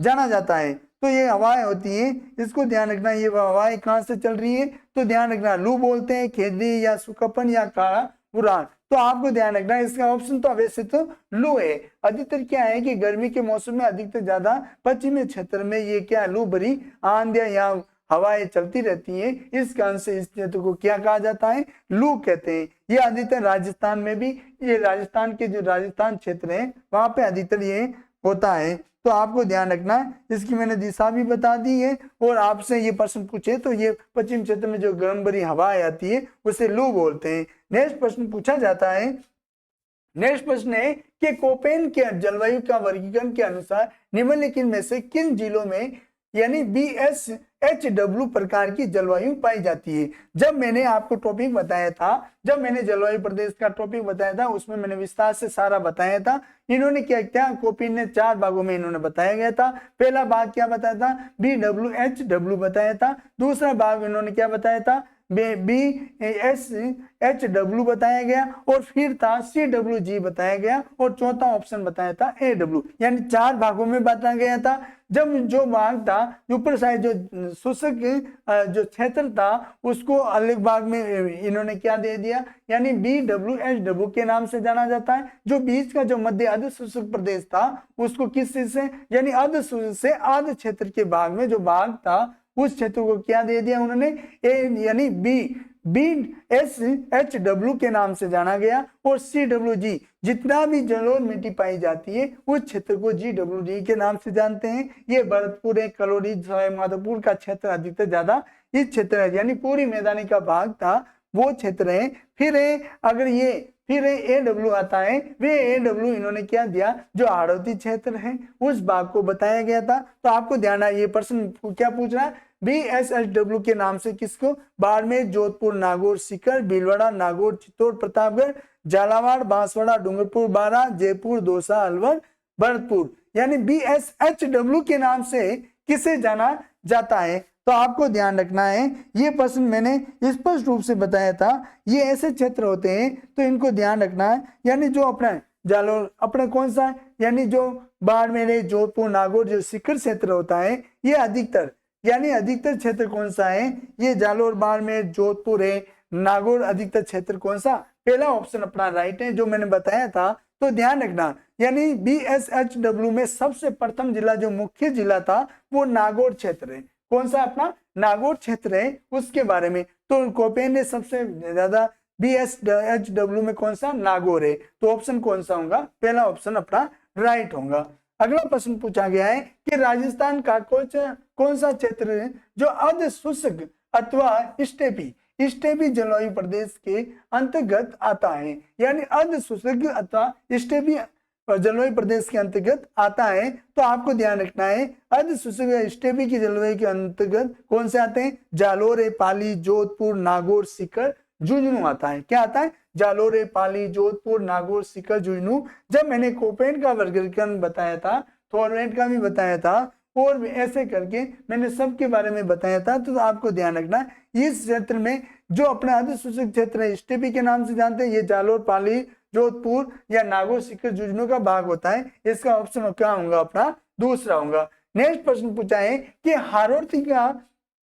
हाड़ौती का पठार की मिट्टी कैसी होती है। तो हाड़ौती पठार की मिट्टी होती है वो आप उससे वाकिफ हो, ये एक काली मिट्टी पाई जाती है, मध्यम काली होती है, अधिकतर ज्यादा कोटा संभाग में पाई जाती है। कोटा है आपको ध्यान रखना, बारा, झालावाड़ और बूंदी क्षेत्र है, अधिकतर ज्यादा हाड़ौती क्षेत्र में ये मिट्टी पाई जाती है। ये एग्जाम में जेएल पेरी का एग्जाम हुआ था उसमें, और एक बार RS का प्री एग्जाम हुआ था उसमें भी ये प्रश्न पूछा गया है। तो ऐसे प्रश्न हो जाए आते हैं तो आ जाते हैं। तो ध्यान रखना, कछारी जलोढ़ या लाल भूरी या मध्यम काली। तो आपको ध्यान रखना, कछाली जलोढ़ मिट्टी होती है, अधिकतर ज्यादा कहाँ पाई जाती है, जो पश्चिमी अपने जो क्या है पूरी क्षेत्र के भाग होते हैं, जैसे कि ध्यान रखना भरतपुर है, ये करौली है, इधर देखना शेखावटी के जो भाग आ रहे हैं, यहाँ पे भी जलोढ़ मिट्टी, जहाँ ज्यादा उपजाऊ भूमि होती है वो जलोढ़ मिट्टी होती है, जहाँ पे अधिकतर ये बारिश वर्षा होती है। और लाल मिट्टी अधिकतर कहाँ होती है, तो ध्यान रखना ये लाल मिट्टी भी अधिकतर ज्यादा कहाँ होती है, जो बांसवाड़ा, डूंगरपुर क्षेत्र है, या अपने कौन सा जो उदयपुर के संभाग में जो क्षेत्र आते हैं जो लाल मिट्टी से संबंधित ही ये क्षेत्र होता है। फिर बुरी मिट्टी जो बनास नदी निकलती है, उस बनास नदी के किनारे जितने भी जिले स्थित है उस किनारे ज्यादा जहाँ पे बुरी नदी बनास नदी की निकल रही है वहां बुरी मिट्टी पाई जाती है। मध्यम काली जो चंबल बेसिक का जितना भी भाग होता है वो काली मिट्टी पाई जा रही है। तो यहाँ पे अधिकतर ज्यादा कपास की खेती की जाती है, इसलिए आपको थोड़ा ध्यान रखना है। तो इसका आंसर क्या है, हाड़ौती पठार में कौन सी अपने 4 मध्यम काली मिट्टी पाई जाती है। तो ध्यान रखना, ये जेएल पेरी है, RSP में प्रश्न पूछा। अगला नेक्स्ट प्रश्न पे भी थोड़ा फोकस करें, ये प्रश्न आने लायक होते हैं। राजस्थान में जो भूरी मिट्टी, मैंने वैसे ही अभी पिछले में बता दिया मैंने, तो यहाँ बताने की इतनी जरूरत नहीं है। तो भी ध्यान रखना, राजस्थान में जो भूरी मिट्टी का प्रसार क्षेत्र कौन सा है, क्योंकि ये प्रश्न बार बार आ रहा है। ये RS प्री एग्जाम में भी प्रश्न पूछा गया था। तो जेएल पेरी में ये ध्यान रखना, जो कौन सी ये बुरी मिट्टी होती है। मैंने अगला जो प्रश्न हुआ था उसमें बताया है कि जो बनास नदी का प्रवाह क्षेत्र होता है, राजस्थान का दक्षिणी भाग हाड़ौती पठार या अरावली के दोनों तरफ के भाग में नहीं। आपको ध्यान रखना, जो बनास नदी के प्रवाह क्षेत्र होता है अधिकतर बुरी मिट्टी पाई जाती है। तो ध्यान रखना, जो राजसमंद है, कुमड़गढ़ के क्षेत्र होते हैं। फिर आपको ध्यान रखना है, ये करौली, टोंक है, सवाई माधोपुर है, फिर जहां तक ये क्षेत्र पड़ रहा है बुरी मिट्टी के अधिकतर ज्यादा, अजमेर में भी ये बुरी मिट्टी की अधिकतर ज्यादा पाई जाती है, इसलिए थोड़ा ध्यान रखना। नेक्स्ट प्रश्न पूछा जा रहा है कि राजस्थान में निम्नलिखित में से कौन सा क्षेत्र है सतही जल द्वारा मृदा अपरदन से सर्वाधिक प्रभावित होता है। अधिकतर ज्यादा कौन सा प्रभावित है जो मृदा अपरदन से होता है? गोडवाना क्षेत्र, शेखावटी है, चंबल बैसी। तो अधिकतर ज्यादा ये क्षेत्र है जो चंबल नदी चलती है उसमें अधिकतर ज्यादा ये क्षेत्र होता है, ये मृदा का अपरदन अधिकतर ज्यादा होता है, क्योंकि यहाँ पे उत्खात भूमि का भी क्षेत्र होने के कारण ये सबसे ज्यादा होता है। तो इसमें ध्यान रखना है, ये इसका ऑप्शन क्या होगा? चंबल प्रदेश। कौन सा होगा? चंबल प्रदेश होगा। तो ये प्रश्न आने लायक है, तो ध्यान रहे, असिस्टेंट प्रोफेसर में प्रश्न पूछा गया था, तो आपको नेक्स्ट वापिस प्रश्न पूछा जा सकता है। अगला नेक्स्ट प्रश्न पूछा गया है, जिलों के किस युग में जलोढ़ मिट्टी पाई जाती है? कि जिलों के किस युग में जलोढ़ मिट्टी पाई जाती है, ये ध्यान रखना है, ये आपको ध्यान रखना। ये प्रश्न पूछा गया है, टीएसपी में ये प्रश्न पूछा गया है, वन रक्षक में भी ये प्रश्न पूछा है कि जो जलोढ़ मिट्टी अधिकतर कहाँ पाई जाती है? तो ध्यान रखना, कोटा, बारा, झालावाड़ या भरत, सवाईमाधोपुर, धौलपुर है, भीलवाड़ा, चित्तौड़गढ़, पाली, सिरोही, उदयपुर, पाली। तो आपको ध्यान रखना, मैंने बताया था जो पूरी पठारी क्षेत्र होते हैं अधिकतर ज्यादा कहाँ पाई जाती है? ये जलोढ़ मिट्टी पाई जाती है। याद रखना, मैंने बताया था भरतपुर, सवाईमाधोपुर, धौलपुर क्षेत्र है, ये करौली, ये अधिकतर ज्यादा भाग में, या शेखावटी के जो शिखर जुगनू क्षेत्र है वहां पे जलोढ़ मिट्टी के अधिकतर अवशेष पाए जाते हैं। ये जयपुर का बाद है, कोटपुतली, बेरोड या खेड़तर, तिजारा है, ये अधिकतर क्षेत्र जलोढ़ मिट्टी के ही भाग है। तो आपको ध्यान रखना, जो भरतपुर, सवाईमाधोपुर है, धौलपुर क्षेत्र है, अधिकतर ज्यादा यहाँ पे ये मिट्टी पाई जाती है। अगले प्रश्न पूछा गया है, सुमिलित कीजिए जो ग्राम सेवक परीक्षा हुई थी, जो वीडियो की परीक्षा हुई थी उसमें ये प्रश्न, और मुझे लग रहा है जितना संभावित है कि ये प्रश्न पूछा जा सकता है। ये मिट्टी के प्रकार या जलवायु प्रदेश से पूछा गया है। ये एरिडोसोल्ट मिट्टी है, ये कहाँ पाई जाती है? तो ध्यान रखना है, ये एरिडोसोल्ट है, ये शुष्क या अर्ध शुष्क है, अनसेफ्टी सोल्ट। ये अनसेफ्टी सोल्ट भी क्यों बताया गया था मैंने? अर्ध शुष्क व आर्द्र क्षेत्र है, अल्पी सोल्ट या उप आर्द्र व आर्द्र क्षेत्र है, वल्टी सोल्ट यानी आर्द्र व अति आर्द्र। तो ध्यान रखना, ये मिलाप प्रश्न था, ये सेम है, ये मिलाप प्रश्न था, सेम था, मैंने आपको ये नक्शे के द्वारा भी बताया था। तो आपको ध्यान रखना है, ये एरिडोसोल्ट मिट्टी है, ये शुष्क या अर्ध शुष्क क्षेत्र में पाई जाती है। अनसेफ्टी सोल्ट है जो अर्ध शुष्क या आर्द्र क्षेत्र में पाई जाती है। अल्पी सोल्ट जो उप आर्द्र व आर्द्र क्षेत्र में पाई जाती है। वल्टी सोल्ट जो हार्डोती क्षेत्र होता है वह भाग में, जो आर्द्र व अति आर्द्र भाग है वहां पर अधिकतर ज्यादा कौन सी मिट्टी पाई जाती है? वल्टी सोल्ट। मैंने आपको नक्शे के द्वारा में बताया था, इसलिए आपको ध्यान रखना है। इसका ऑप्शन क्या होगा अपना? 1, 2, 3, 4, यानी दूसरा ऑप्शन अपना राइट होगा। कौन सा होगा? दूसरा ऑप्शन राइट होगा। ये प्रश्न आने लायक है, इसलिए दोस्तों पहले देख लेना, एक बार ये प्रश्न जाते हुए इन प्रश्नों को जरूर देखना। फिर निम्न मृदाओं में से कौन सा प्रकार पश्चिमी राजस्थान के विशिष्ट पाया जाता है? ये अन्वेषण परीक्षा में ये प्रश्न पूछा गया था, आपने अभी प्रश्न पूछा गया था, तो आपको ध्यान रखना है ये प्रश्न रिपीट हो सकता है। तो कौन सी मिट्टी है ऐसी जो पश्चिमी राजस्थान के विशिष्ट में पाई जाती है? तो क्या बोलते हैं? एडिसोल्ट या अल्फीसोल्ट या एंटीसोल्ट या वल्टी सोल्ट पूछते हैं। तो आपको ध्यान रखना है इसका ऑप्शन क्या होना चाहिए? इसका ऑप्शन ध्यान रखना है, ये कौन सा मिट्टी है ऐसी जिसके बारे में प्रश्न पूछा गया है? तो आपको ध्यान रखना है कौन सी है ये? एंटीसोल्ट, वल्टीसोल्ट या वल्टीसोल्ट, या पश्चिमी क्षेत्र में कौन सी है?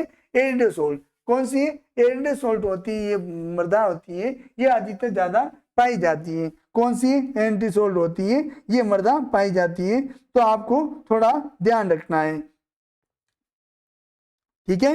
ये प्रश्न पूछा जाता है, तो ऐसे प्रश्न होते हैं, तो आपको ध्यान रखना। नेक्स्ट प्रश्न पूछा है, नेक्स्ट प्रश्न क्या पूछ रहा है कि राजस्थान में नदी प्रवाह क्षेत्र कितने रूप में पाया गया? तो ध्यान रखना, नदी के प्रवाह क्षेत्र को 3 भागों में विभाजित किया गया, या इसको आप प्रगति भी कह सकते हो या दिशा भी कह सकते हो, या इसकी प्रवाह प्रणाली के आधार पर इसको 3 भागों में बांटा गया था। तो ध्यान रखना, जो बंगाल की खाड़ी है, एक अरब सागर से आने वाली जो नदियां होती है उसका प्रवाह क्षेत्र होता है, फिर एक अंतर प्रवाह क्षेत्र, जो आंतरिक प्रवाह क्षेत्र होते हैं वो आने वाली नदियां होती है उस क्षेत्र के भाग में। तो ध्यान रहिए, डायरेक्ट प्रश्न पूछा है कि राजस्थान के नदी प्रवाह कितने रूप में पाया जाता है? तो आपको ध्यान रखना, इसका ऑप्शन क्या होगा अपना?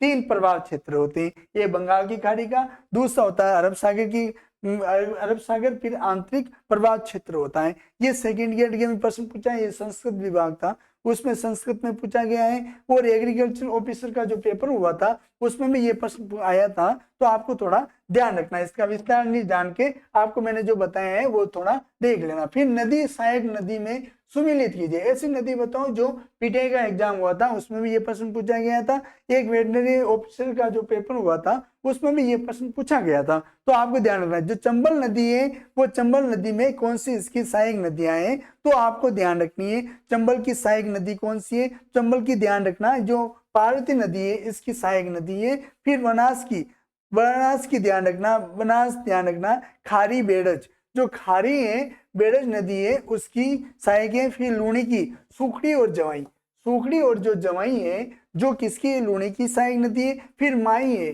जो माई की सोम और जाखम है ये नदी सहाय। तो आपको ध्यान रखना इसका कौन सा काम मिलाप हो रहा है, तो पार्वती चंबल है, तो चौथा तीसरा दूसरा एक, यानी पहला ऑप्शन इसका फुट कौन सा राइट होगा, अपना पहला ऑप्शन राइट होगा। 4 3 2 1 ये ऑप्शन राइट है। तो आपको ध्यान रखना है, ऐसे प्रश्न बार बार आते हैं तो आपको थोड़ा इनको प्रश्न को आंसर देना चाहिए। फिर अगला प्रश्न पूछा है कि निम्नलिखित में से राजस्थान के कौन से जिलों में नदी नहीं है, यानी ऐसा कौन सा क्षेत्र है जहां पे नदियां नहीं है। ये कांस्टेबल में प्रश्न पूछा जा रहा है, सेकंड ग्रेड में पूछा गया था और प्री एग्जाम में पूछा गया आरएस का, और पटवार में भी है, खनिज वैज्ञानिक सहायक है या आर्थिक अन्वेषण का जो पेपर होता है उसमें भी, जो उद्योग विभाग पेपर करवाता है उसमें भी ये प्रश्न पूछा गया था। तो आपको ध्यान रखना है कि ऐसे कौन से जिले हैं जहाँ पे नदी नहीं है।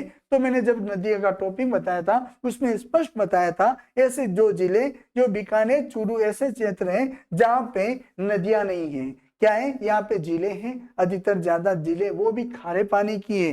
फिर यहाँ पे ध्यान रखना बीकानेर चूरू जिले ऐसे हैं जहाँ पे नदियां नहीं है। तो ऑप्शन कौन सा होगा, अपना दूसरा होगा।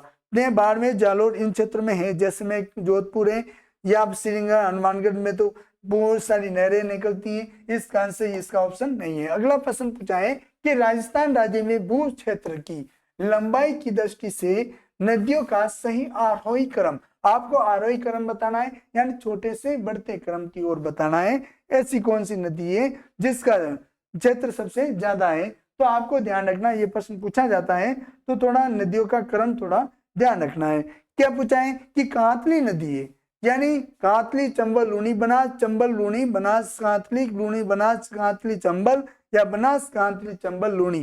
तो आपको ये क्या है, आरोही क्रम पूछा है तो छोटे से बड़े क्रम की ओर। तो कांतली है, चंबल है, लूणी और बनास। तो कांतली है, तो कांतली ध्यान रखना इसकी 100 किलोमीटर की लंबाई है इसकी। और फिर ऑप्शन कौन सा है, चंबल है। चंबल ध्यान रखना ये 1051 किलोमीटर इसकी पूर्ण, यानी राजस्थान और जो मध्य प्रदेश का भाग है उस क्षेत्र से फिर आगे जाके जो यूपी में मिलता है वहां तक 1051 किलोमीटर इसकी है। और सतही अगर आपको प्रश्न पूछा जाए तो सतही राजस्थान में पूछा जाए ये 322 किलोमीटर क्षेत्र, 322 किलोमीटर ही है जो चंबल नदी का है। फिर लूणी का पूछे तो लूणी ध्यान रखना, जो लूणी नदी है अपनी लूणी है जो 595 किलोमीटर है, और इसका राजस्थान में लूणी का 330 किलोमीटर, कितना है ये 330 किलोमीटर है। इसका ध्यान रखना 100 हो गए, ये कितना हो गया था 1051 हो गए थे। और जिसमें राजस्थान में ये कितनी बैठ रही है ये, तो आपको ध्यान रखना राजस्थान में इसका 322 है। और लूणी का पूछे तो लूणी का ध्यान रखना लूणी सबसे ज्यादा है, तो लूणी का कितनी है 495 है। कितने किलोमीटर 495 है, जिसमें राजस्थान में 330 किलोमीटर फैलती है। और बनास है, बनास ध्यान रखना उन प्रवाह की दृष्टि से राजस्थान में क्या है, यहाँ से नदी सबसे बड़ी नदी है, ये सबसे बड़ी नदी होने के नाते ये कौन सी नदी, जो बनास नदी है अपनी ये सबसे बड़ी नदी है, इसलिए आपको ध्यान रखना है ये अपनी सबसे ज्यादा बहने वाली नदी है। पूर्ण प्रत्यार दृष्टि से राजस्थान में ये सबसे ज्यादा बड़ी लंबी है। तो ध्यान रखना इसका क्रम कौन सा, पहला ऑप्शन राइट होगा। अगला प्रश्न पूछा जा रहा है, अगला प्रश्न कह रहा है कि राजस्थान की सबसे बड़ी कृत्रिम यानी मानव निर्मित झील निम्नलिखित में से कौन सी है? ये मानव के द्वारा जो निर्मित झील है ऐसी कौन सी है जिसके बारे में ये प्रश्न पूछा गया है। जो मानव द्वारा निर्मित झील है ये कौन कौन सी? राजस्थान पुलिस कांस्टेबल में प्रश्न पूछा गया, रीट लेवल सेकंड में, लेवल फर्स्ट और सेकंड दोनों में पूछा गया है। तो आपको ध्यान रखना पुलिस कांस्टेबल का भी ये प्रश्न है। तो ध्यान रखना सबसे बड़ी कृत्रिम झील किसको बनाया गया? पिछोला, जयसमुद्र, फतेह सागर या राजसमुद्र। तो आपको बड़ी झील कौन सी है? जयसमुद्र, जो कहाँ है? उदयपुर में स्थित है। पिछोला भी उदयपुर में, फतेह सागर, फिर राजसमुद्र, फतेह सागर, ये राजसमुद्र स्थित है। तो आपको ध्यान रखना इसका आंसर क्या होगा? जयसमुद्र झील होंगी। नेक्स्ट इसको ध्यान रखना, डेवल झील के नाम से भी, किस झील के नाम से जाना जाता है इसको ध्यान रखना। ये राजस्थान की यानी भारत की दूसरी सबसे बड़ी मीठे पानी यानी कृत्रिम झील के नाम से सबसे बड़ी कृत्रिम झील कौन सी है? तो सबसे बड़ी प्रथम कृत्रिम झील जो गोविंद बल्लभ पंत सागर है, जो छत्तीसगढ़ और यूपी का भाग है उस क्षेत्र की सबसे बड़ी ये झील है। जो गोविंद बल्लभ पंत है वो सागर है जो सबसे बड़ी जो मानव निर्मित झील है। और दूसरी जो राजस्थान की सबसे बड़ी कृत्रिम झील के नाम से जाना जाता है वो जयसमुद्र है, जिसको डेवल झील के नाम से भी जाना जाता है। तो अगला प्रश्न पूछा जा रहा है, अगला नेक्स्ट प्रश्न पूछा जा रहा है, इसका आंसर दूसरा है। नेक्स्ट प्रश्न पूछ रहा है कि कोलाई झील, जो कोलाई झील स्थित है, जो आपको ध्यान है जो कपिल मुनि का आश्रम स्थित है वहां कोलाई झील स्थित है। और ये अधिकतर कहाँ स्थित है? ये सेकंड ग्रेड में इंग्लिश में ये प्रश्न पूछा गया था, बीकानेर जिले में है या बाड़मेर, जैसलमेर या जोधपुर में। तो इसका आंसर क्या होगा? बीकानेर में ये कोलाई झील है। इसी के किनारे कपिल मुनि का आश्रम आया हुआ है। दो ध्यान रखना ये एक प्राकृतिक झील है, इसके बारे में थोड़ा ध्यान रखना। ये एक प्राकृतिक झील है। ये कपिल मुनि का मेला प्रतिवर्ष यहाँ पे कार्तिक पूर्णिमा के दिन यहाँ मेला भरा जाता है, तो इसको ध्यान रखना। इसे शुष्क मरुस्थल का सुंदर उद्यान के नाम से भी जाना जाता है। कोलायत है ये मीठे पानी की झील है। कौन सी है? ये कोलायत झील है, ये मीठे पानी की झील है। नेक्स्ट प्रश्न पूछा जा रहा है, इसका ऑप्शन पहला था। फिर है अगला है मेजा बांध। जो मेजा बांध कहाँ स्थित है? ये पुलिस कांस्टेबल में, प्रवक्ता में, एग्जाम में, तकनीकी शिक्षा विभाग में पूछा है। तो ये भीलवाड़ा में है या बांसवाड़ा, अजमेर या उदयपुर। इसका ऑप्शन क्या होगा? भीलवाड़ा में है जो मेजा बांध आया हुआ है। तो मेजा बांध ध्यान रखना ये मांडल कस्बे है, जिससे 8 किलोमीटर की क्षेत्र से स्थित 8 किलोमीटर के दूर कोठारी नदी पर यह 1972 में बनाया गया था। कब बनाया गया था? ये मेजा बांध कब बनाया था? 1972 में बनाया गया था। ये भीलवाड़ा शहर व यहाँ 57 गांवों को यहाँ से पेयजल मिलता है। यहाँ सिंचाई की भी साधन यानी सिंचाई का भी यहाँ से इस बांध के द्वारा ही सिंचाई की सुविधा उपलब्ध कराई जाती है। तो आपको ध्यान रखना ये मेजा बांध का पाल भी मेजा पार्क बनाया, यानी मेजा बांध भी एक मेजा पार्क है, मेजा पार्क की स्थित है। तो मेजा बांध पर ही एक मेजा पार्क बनाया गया है, वो कहाँ स्थित है? भीलवाड़ा में ही है। तो अगला प्रश्न है, ध्यान रखना इसका ऑप्शन पहला ही है। नेक्स्ट प्रश्न पूछ रहा है निम्नलिखित में से सुमेलित कीजिए। यदि आरएसटी में प्रश्न पूछा था, इसका सुमेलित करना है। सुमेलित क्या है? यानी जवाहर सागर बांध कहाँ स्थित है? तो जवाहर सागर बांध ध्यान रखना कहाँ स्थित है। तो आपको ध्यान रखना ये कहाँ स्थित है? जवाहर सागर बांध का आया हुआ है, कोटा में आया हुआ है। ये कोटावा में आया है, ये प्रथम चरण का है। फिर महाराणा प्रताप बांध बना था, ये चित्तौड़गढ़ में, ये द्वितीय चरण में ये बना दिया गया था। फिर उमेश सागर बांध था, ये कहाँ स्थित है? ये उमेश सागर बांध है, ये बजाज सागर बांध ध्यान रखना बांसवाड़ा में। कहाँ है? बांसवाड़ा में उमेश सागर बांध ध्यान रखना है। ये कहाँ बता रहा है? ये यानी अपना ऑप्शन कौन सा है? यानी जवाहर सागर बांध कोटा, ये सेकंड, यानी अपना ऑप्शन होगा दूसरा कुट। इसका आंसर होगा कौन सा आंसर होगा? ये दूसरा आंसर होगा। तो थोड़ा ध्यान रखना, ऐसे प्रश्न आ जाते हैं, थोड़ा ध्यान रखना। यानी चमन नदी पे 4 बांध बनाए हुए, थोड़ा सा ध्यान रखना 4 बांध बनाए हुए। जो गांधी सागर बांध बनाए रखा है ये जिला मंदसौर जिला जो यूपी कहाँ पड़ रहा है? एमपी में पड़ रहा है। फिर कोटा बैराज क्षेत्र है, वहाँ कोटा में बांध बनाया गया, ये प्रथम चरण में इसका निर्मित किया गया। ये सर्वाधिक जो कैचमेंट क्षेत्र होता है उसका एरिया है, जिसकी जल ग्रहण करने की क्षमता और वहाँ की प्रदूषण ये सर्वाधिक प्रदूषित है, इसलिए ये कोटा बैराज वहाँ पे बांध बनाए रखा है। फिर राणा प्रताप सागर बांध बना रखा है, ये चित्तौड़गढ़ में, जो द्वितीय चरण में बनाया। फिर जवाहर सागर बांध है जो कोटा में जो तृतीय चरण में बनाया था। ये कब बनाया था? जवाहर सागर बांध जो मैंने अभी बताया था, सॉरी ये तृतीय चरण में बनाया था। कोटा बैराज था जो प्रथम चरण में बनाया था। तो आपको इसका थोड़ा सा ध्यान रखना। और कहाँ बनाए गए? ये चंबल नदी पे ये बांध बनाए हुए। इसका ऑप्शन दूसरा होगा। नेक्स्ट प्रश्न पूछा है कि तख्त सागर, जो तख्त सागर नामक जलकाय राजस्थान के किस जिले में स्थित है? ऐसे प्रश्न क्या आ जाते हैं तो ध्यान रखने। कहाँ है? जोधपुर है, जयपुर, जालोर या झुंझुनू? तो इसका ऑप्शन क्या होगा? जोधपुर जिले में तख्त सागर। इसको क्या है, किस नाम से जाना जाता है? तख्त सागर को ही ये पिचाक बांध आया हुआ यहाँ पे है। थोड़ी इसकी विवरण ध्यान रखना। ये यहाँ पे पिचाक बांध आया हुआ है, या तख्त सागर के नाम से भी जाना जाता है, या फतेह सागर भी बोलते हैं इसको, या रानीसर, जो रानीसर के नाम से भी तख्त सागर को ही जाना जाता है।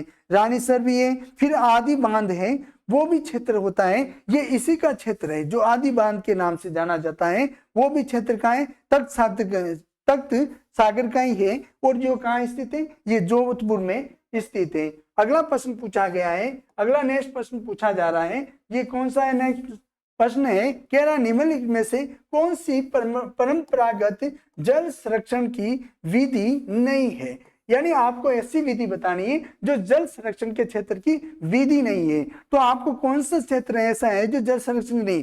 तो नाड़ी है, खड़ीन है, तालाब है और टाका। तो इसमें ध्यान रखना, जो नाड़ी होता है, नाड़ी परंपरागत क्षेत्र जो पहले लोग क्या करते थे, नाड़ी का काम करते थे। और फिर खड़ीन क्षेत्र होता था, जो खड़ीन क्षेत्र होते थे, खड़ीन क्षेत्र भी है। तो आपको ध्यान रखना, ये प्रश्न क्या कभी कभी पूछ लेते हैं। ये खड़ीन क्षेत्र के बारे में थोड़ा ध्यान रखना। ये खरसक लोग क्या कहते हैं? खरसक कौन से? जो ब्राह्मण पालीवाल जाति के जो विकसित लोग होते थे, ये वर्षा की पानी की जब कमी आ जाती थी तो वो क्या करते हैं? एकत्रित होकर अपनाए जाने वाला एक तरीका था जिससे सिंचाई की जा सके। तो उन्होंने क्या किया? जैसलमेर के क्षेत्र, अधिकतर ज्यादा कहाँ है ये खड़ीन का क्षेत्र? जो जैसलमेर का पड़ रहा है, उत्तर में स्थित जो बड़ी संख्या में एक पलाया जिले होती थी, यानी पलाया जिला होती थी, उसे ही पलाया जिले को ही खड़ीन के नाम से जाना जाता है। ये नमक के उत्पादन के लिए सबसे श्रेष्ठ क्षेत्र था, खड़ीन था। और नाड़ी क्या है? नाड़ी अधिकतर ज्यादा कहाँ है? जो हनुमान जो गंगानगर का क्षेत्र है, वहां उस क्षेत्र को नाड़ी के नाम से जानते हैं। या क्या है कि खाड़ा ये होते थे, उसमें हो जाते थे इस कारण। तो ये नाड़ी का होता है, यानी जिसको पोखर के नाम से भी जानते हैं। इसको ध्यान रखो, नाड़ी को पोखर भी कभी आ जाए नाम तो ध्यान रखना, पोखर को ही नाड़ी कहा जाता है। पोखर होता है उस क्षेत्र को ही क्या बोलते हैं? नाड़ी बोलते हैं। तो ध्यान, एक होता है टोबा भी है, बावड़ी है, जालरा है, या कुई यानी बेरी, यानी जहाँ कुई होती है यानी छोटा कुआ होता है, या बेरी बनाई जाती है, वो क्षेत्र है। या नेटा क्या होता है? जिसे नेस्टा के नाम से भी जानते हैं। एक पालन पानी या मदार, ये ऐसे क्षेत्र होते हैं, ये परंपरागत जल संरक्षण क्षेत्र होते हैं। और नाड़ी का इसमें पूछा है कि नहीं है, तो नाड़ी, खड़ीन, टाका, ये लोग क्या करते हैं कि यानी आदमी लोग क्या करते हैं, मनुष्य इन चीजों को क्या करते हैं, ये अपना खुद ही या टाका बनवाया जाता है। और ये क्या है? अपना ये होते हैं। फिर तालाब का निर्माण अलग होता है। तो इसका ऑप्शन क्या होगा? ये कॉलेज व्याख्याता में प्रश्न पूछा था। परंपरागत जल स्रोत नहीं है, तो परंपरा के अनुसार तालाब नहीं है। तालाब क्या है? तालाब खुद ही अपने सेम के आधार पे ही वो तालाब खुदा हुआ मिल जाता है, खुद जाता है। उसमें क्या, नदिया का पानी का इधर उधर जाता रहता है, इसलिए वो तालाब का निर्माण हो जाता है। तो नेक्स्ट है प्रश्न पूछा जा रहा है कि सुमेलित कीजिए। सुमेलित, ये RS प्री एग्जाम में प्रश्न पूछा गया था। ये चंबल परियोजना है, परियोजना से संबंधित प्रश्न है। तो ये चंबल परियोजना है, कहाँ स्थित है ये चंबल परियोजना? किसको? तो ध्यान रखना, इसको सुमिलित करना है, ABCD, इनको सुमिलित ध्यान रखना। चंबल परियोजना किस जिलों में है? तो ध्यान रखना, ये राजस्थान और राज्य, यानी राज्य पूछा है तो चंबल है जो अपना क्या है, राजस्थान और मध्य प्रदेश से संबंधित है। माई बजाज सागर है, माई बजाज सागर जो माई है ये राजस्थान और गुजरात से संबंधित है। फिर व्यास परियोजना, जो व्यास परियोजना है ये किससे संबंधित है? व्यास, ध्यान रखना, पंजाब, हरियाणा और राजस्थान, पंजाब, हरियाणा, राजस्थान है। फिर सिद्ध मुख परियोजना, ये पंजाब राजस्थान की, किसकी है? पंजाब और राजस्थान की है। तो अपना ऑप्शन यहाँ कौन सा मिल रहा है? 2, 3, 4, 5, यानी पहला ऑप्शन राइट है। ध्यान रखना, ये ऑप्शन 5 है। थोड़ा ये ऑप्शन ध्यान रखना, ये पांचवा है। तो कौन सा ऑप्शन मिल रहा है अपना, पहला ऑप्शन राइट है। तो आंसर क्या होगा, पहला ऑप्शन राइट होगा। तो ऐसी परियोजना आ जाती है, उसमें से प्रश्न भी ध्यान रखना। नेक्स्ट प्रश्न पूछा गया है कि वन नीति के अनुसार कितना प्रतिशत क्षेत्र वनों से जो आच्छादित होना चाहिए, जो एलडीसी एग्जाम में प्रश्न पूछा गया था। तो ध्यान रखना 20% या 15% या 25% या 33%। तो आच्छादित क्षेत्र पूछा गया है तो 33% होना चाहिए। कितना होना चाहिए, 33% तो ये होना जरूरी है। 33% क्यों, कि ध्यान रखना जब ये वन नीति आई थी, जब राजस्थान में घोषित की थी, कब की गई थी, 1952 की बात है। 52 में की गई, ये घोषणा कर दी गई। जब इसको क्या नाम से जानते हैं, राष्ट्र वन नीति के नाम से जानते थे। फिर ये कम से कम इन्होंने क्या किया कि हर क्षेत्र में कम से कम 33% तो यहाँ पे वन होने चाहिए, भूभाग क्षेत्र में वन आंशित होने चाहिए। फिर राजस्थान में प्रथम वन नीति कब लागू की गई थी, ये 18 फरवरी 2010 की बात थी, जब अशोक गहलोत जब मुख्यमंत्री बने थे, उस समय प्रथम वन नीति लागू की गई थी। और उस कब की गई थी, तो ध्यान मैंने बता दिया 18 फरवरी 2010 में की गई। फिर राज्य के संपूर्ण भूभाग में, ध्यान रखना यहाँ पे संपूर्ण भूभाग में स्पष्ट रूप से जो 20% भाग में ये वृक्षाच्छादन यानी वृक्षाच्छादित करने का लक्ष्य किया गया। कितना प्रतिशत किया गया, यानी वृक्षों को उगाने का प्रतिशत किया गया। इसलिए आज क्या है कि सरकार ने भी वृक्षों के लिए अधिकतर बड़ी बड़ी योजनाएं बना रखे हैं। तो इसलिए ध्यान रखना आपको, इसका बढ़ते हैं तो ध्यान रखना 33% इसका आंसर था। और अगर आज भी अगला प्रश्न पूछा है, अगला क्या पूछ रहा है कि क्षेत्रफल के अवरोही क्रम में जो राजस्थान में वन प्रकार की कौन सी क्रमावली सही है, वन के अनुसार कौन सी क्रमावली सही है। तो ध्यान रखना ये प्रयोगशाला, सहायक प्रयोगशाला में भी ये प्रश्न पूछा गया है। तो कौन सी क्रम के अनुसार ध्यान रखना है, यानी कौन सी क्रम है जो वन पाए जाते हैं। तो राजस्थान में ध्यान रखना है ये वन पाए जाते हैं। तो थोड़ा ध्यान रखना, वन होते हैं किस क्षेत्र में, अधिकतर ध्यान रखना सूक्ष्म जो पर्णवाड़ी होते हैं वन, ये 58.11% होते हैं पर्णवाड़ी, यानी सूक्ष्म क्षेत्र में। जो पश्चिमी क्षेत्र होता है वो क्षेत्र में अधिकतर ज्यादा पाए जाते हैं। फिर मिश्रित पर्णवाड़ी यानी पर्णपाती होते हैं, वो होते हैं 28.38% होते हैं। फिर शुष्क सागवान जैसे कि डूंगरपुर बांसवाड़ा क्षेत्र में अधिकतर ज्यादा ये वन पाए जाते हैं। तो ये शुष्क सागवान है, ये 6.86% होते हैं। फिर उष्णकटिबंधीय जो कांटेदार वन होते हैं ये 6.26% होते हैं। कितने वन होते हैं, 6.26% होते हैं। फिर जो उपोष्ण कटिबंधीय यानी शीतोष्ण और उष्ण कटिबंधीय यानी शीतोष्ण कटिबंधीय यानी उपोष्ण कटिबंधीय, उष्ण यानी शीत, दोनों मिला के उपोष्ण कटिबंधीय, इन क्षेत्रों में ये सदा हरित वन होते हैं, हरे भरे रहते हैं। ये क्षेत्र अधिकतर ज्यादा कितने क्षेत्र पे होते हैं, 0.39% क्षेत्र यानी 39% होते हैं। जो 39 यानी 0.39% ऐसे होते हैं क्षेत्र जहाँ पे ये वन पाए जाते हैं। इसमें पूछा है अवरोही क्रम यानी बड़े क्रम से छोटे क्रम की ओर पूछा है। तो ध्यान रखना क्या ऑप्शन पूछा है, शुष्क पर्णपाती, विशेष पर्णपाती, या उष्ण कटिबंधीय कांटेदार, या उपोष्ण कटिबंधीय सदा हरित है।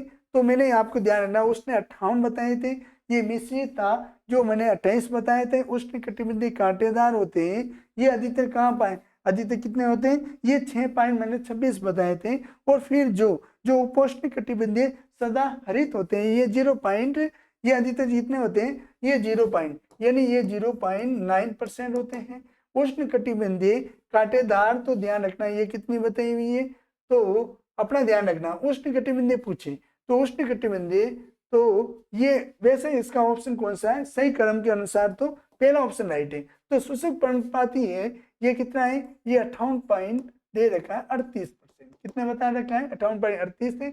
मिश्रित पर्णपाती होते हैं ये 28 है, कितना है ये 28.38 है ये भी। तो ध्यान रखना 28. उष्ण कटिबंधीय कांटेदार होते हैं ये कितने होते हैं 6.28% होते हैं। 28 या 26 बता दो, 28 या 26 के आसपास ही है। तो ध्यान रखना ये कितना है 6% होते हैं। फिर उपोष्ण कटिबंधीय सदावन होते हैं, ये कितना होता है 0.39%। ये अधिकतर जब ऑप्शन कौन सा होगा, पहला ऑप्शन यहाँ पे राइट होगा, तो आपको थोड़ा ध्यान रखना है।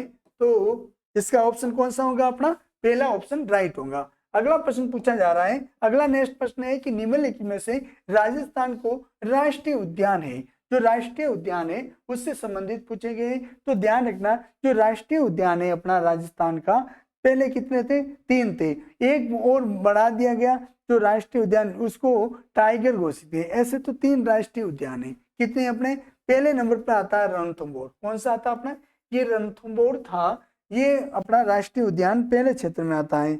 तो आपको ध्यान रखना, राष्ट्रीय ये आपका रणथंभौर था जो आता है, ये कहाँ पड़ रहा है, ये सवाई माधोपुर के क्षेत्र में। ये सवाई माधोपुर कहाँ पड़ रहा है, ये सवाई माधोपुर में। तो आपको ध्यान रखना, ये सवाई माधोपुर का है। मुकुंदरा हिल से ये कोटा, यानी कोटा और जो चित्तौड़गढ़ का क्षेत्र है, कोटा व चित्तौड़गढ़, ये कोटा व चित्तौड़गढ़ का क्षेत्र में मुकुंदरा हिल से केवला देव गणा पक्षी, ये भरतपुर है।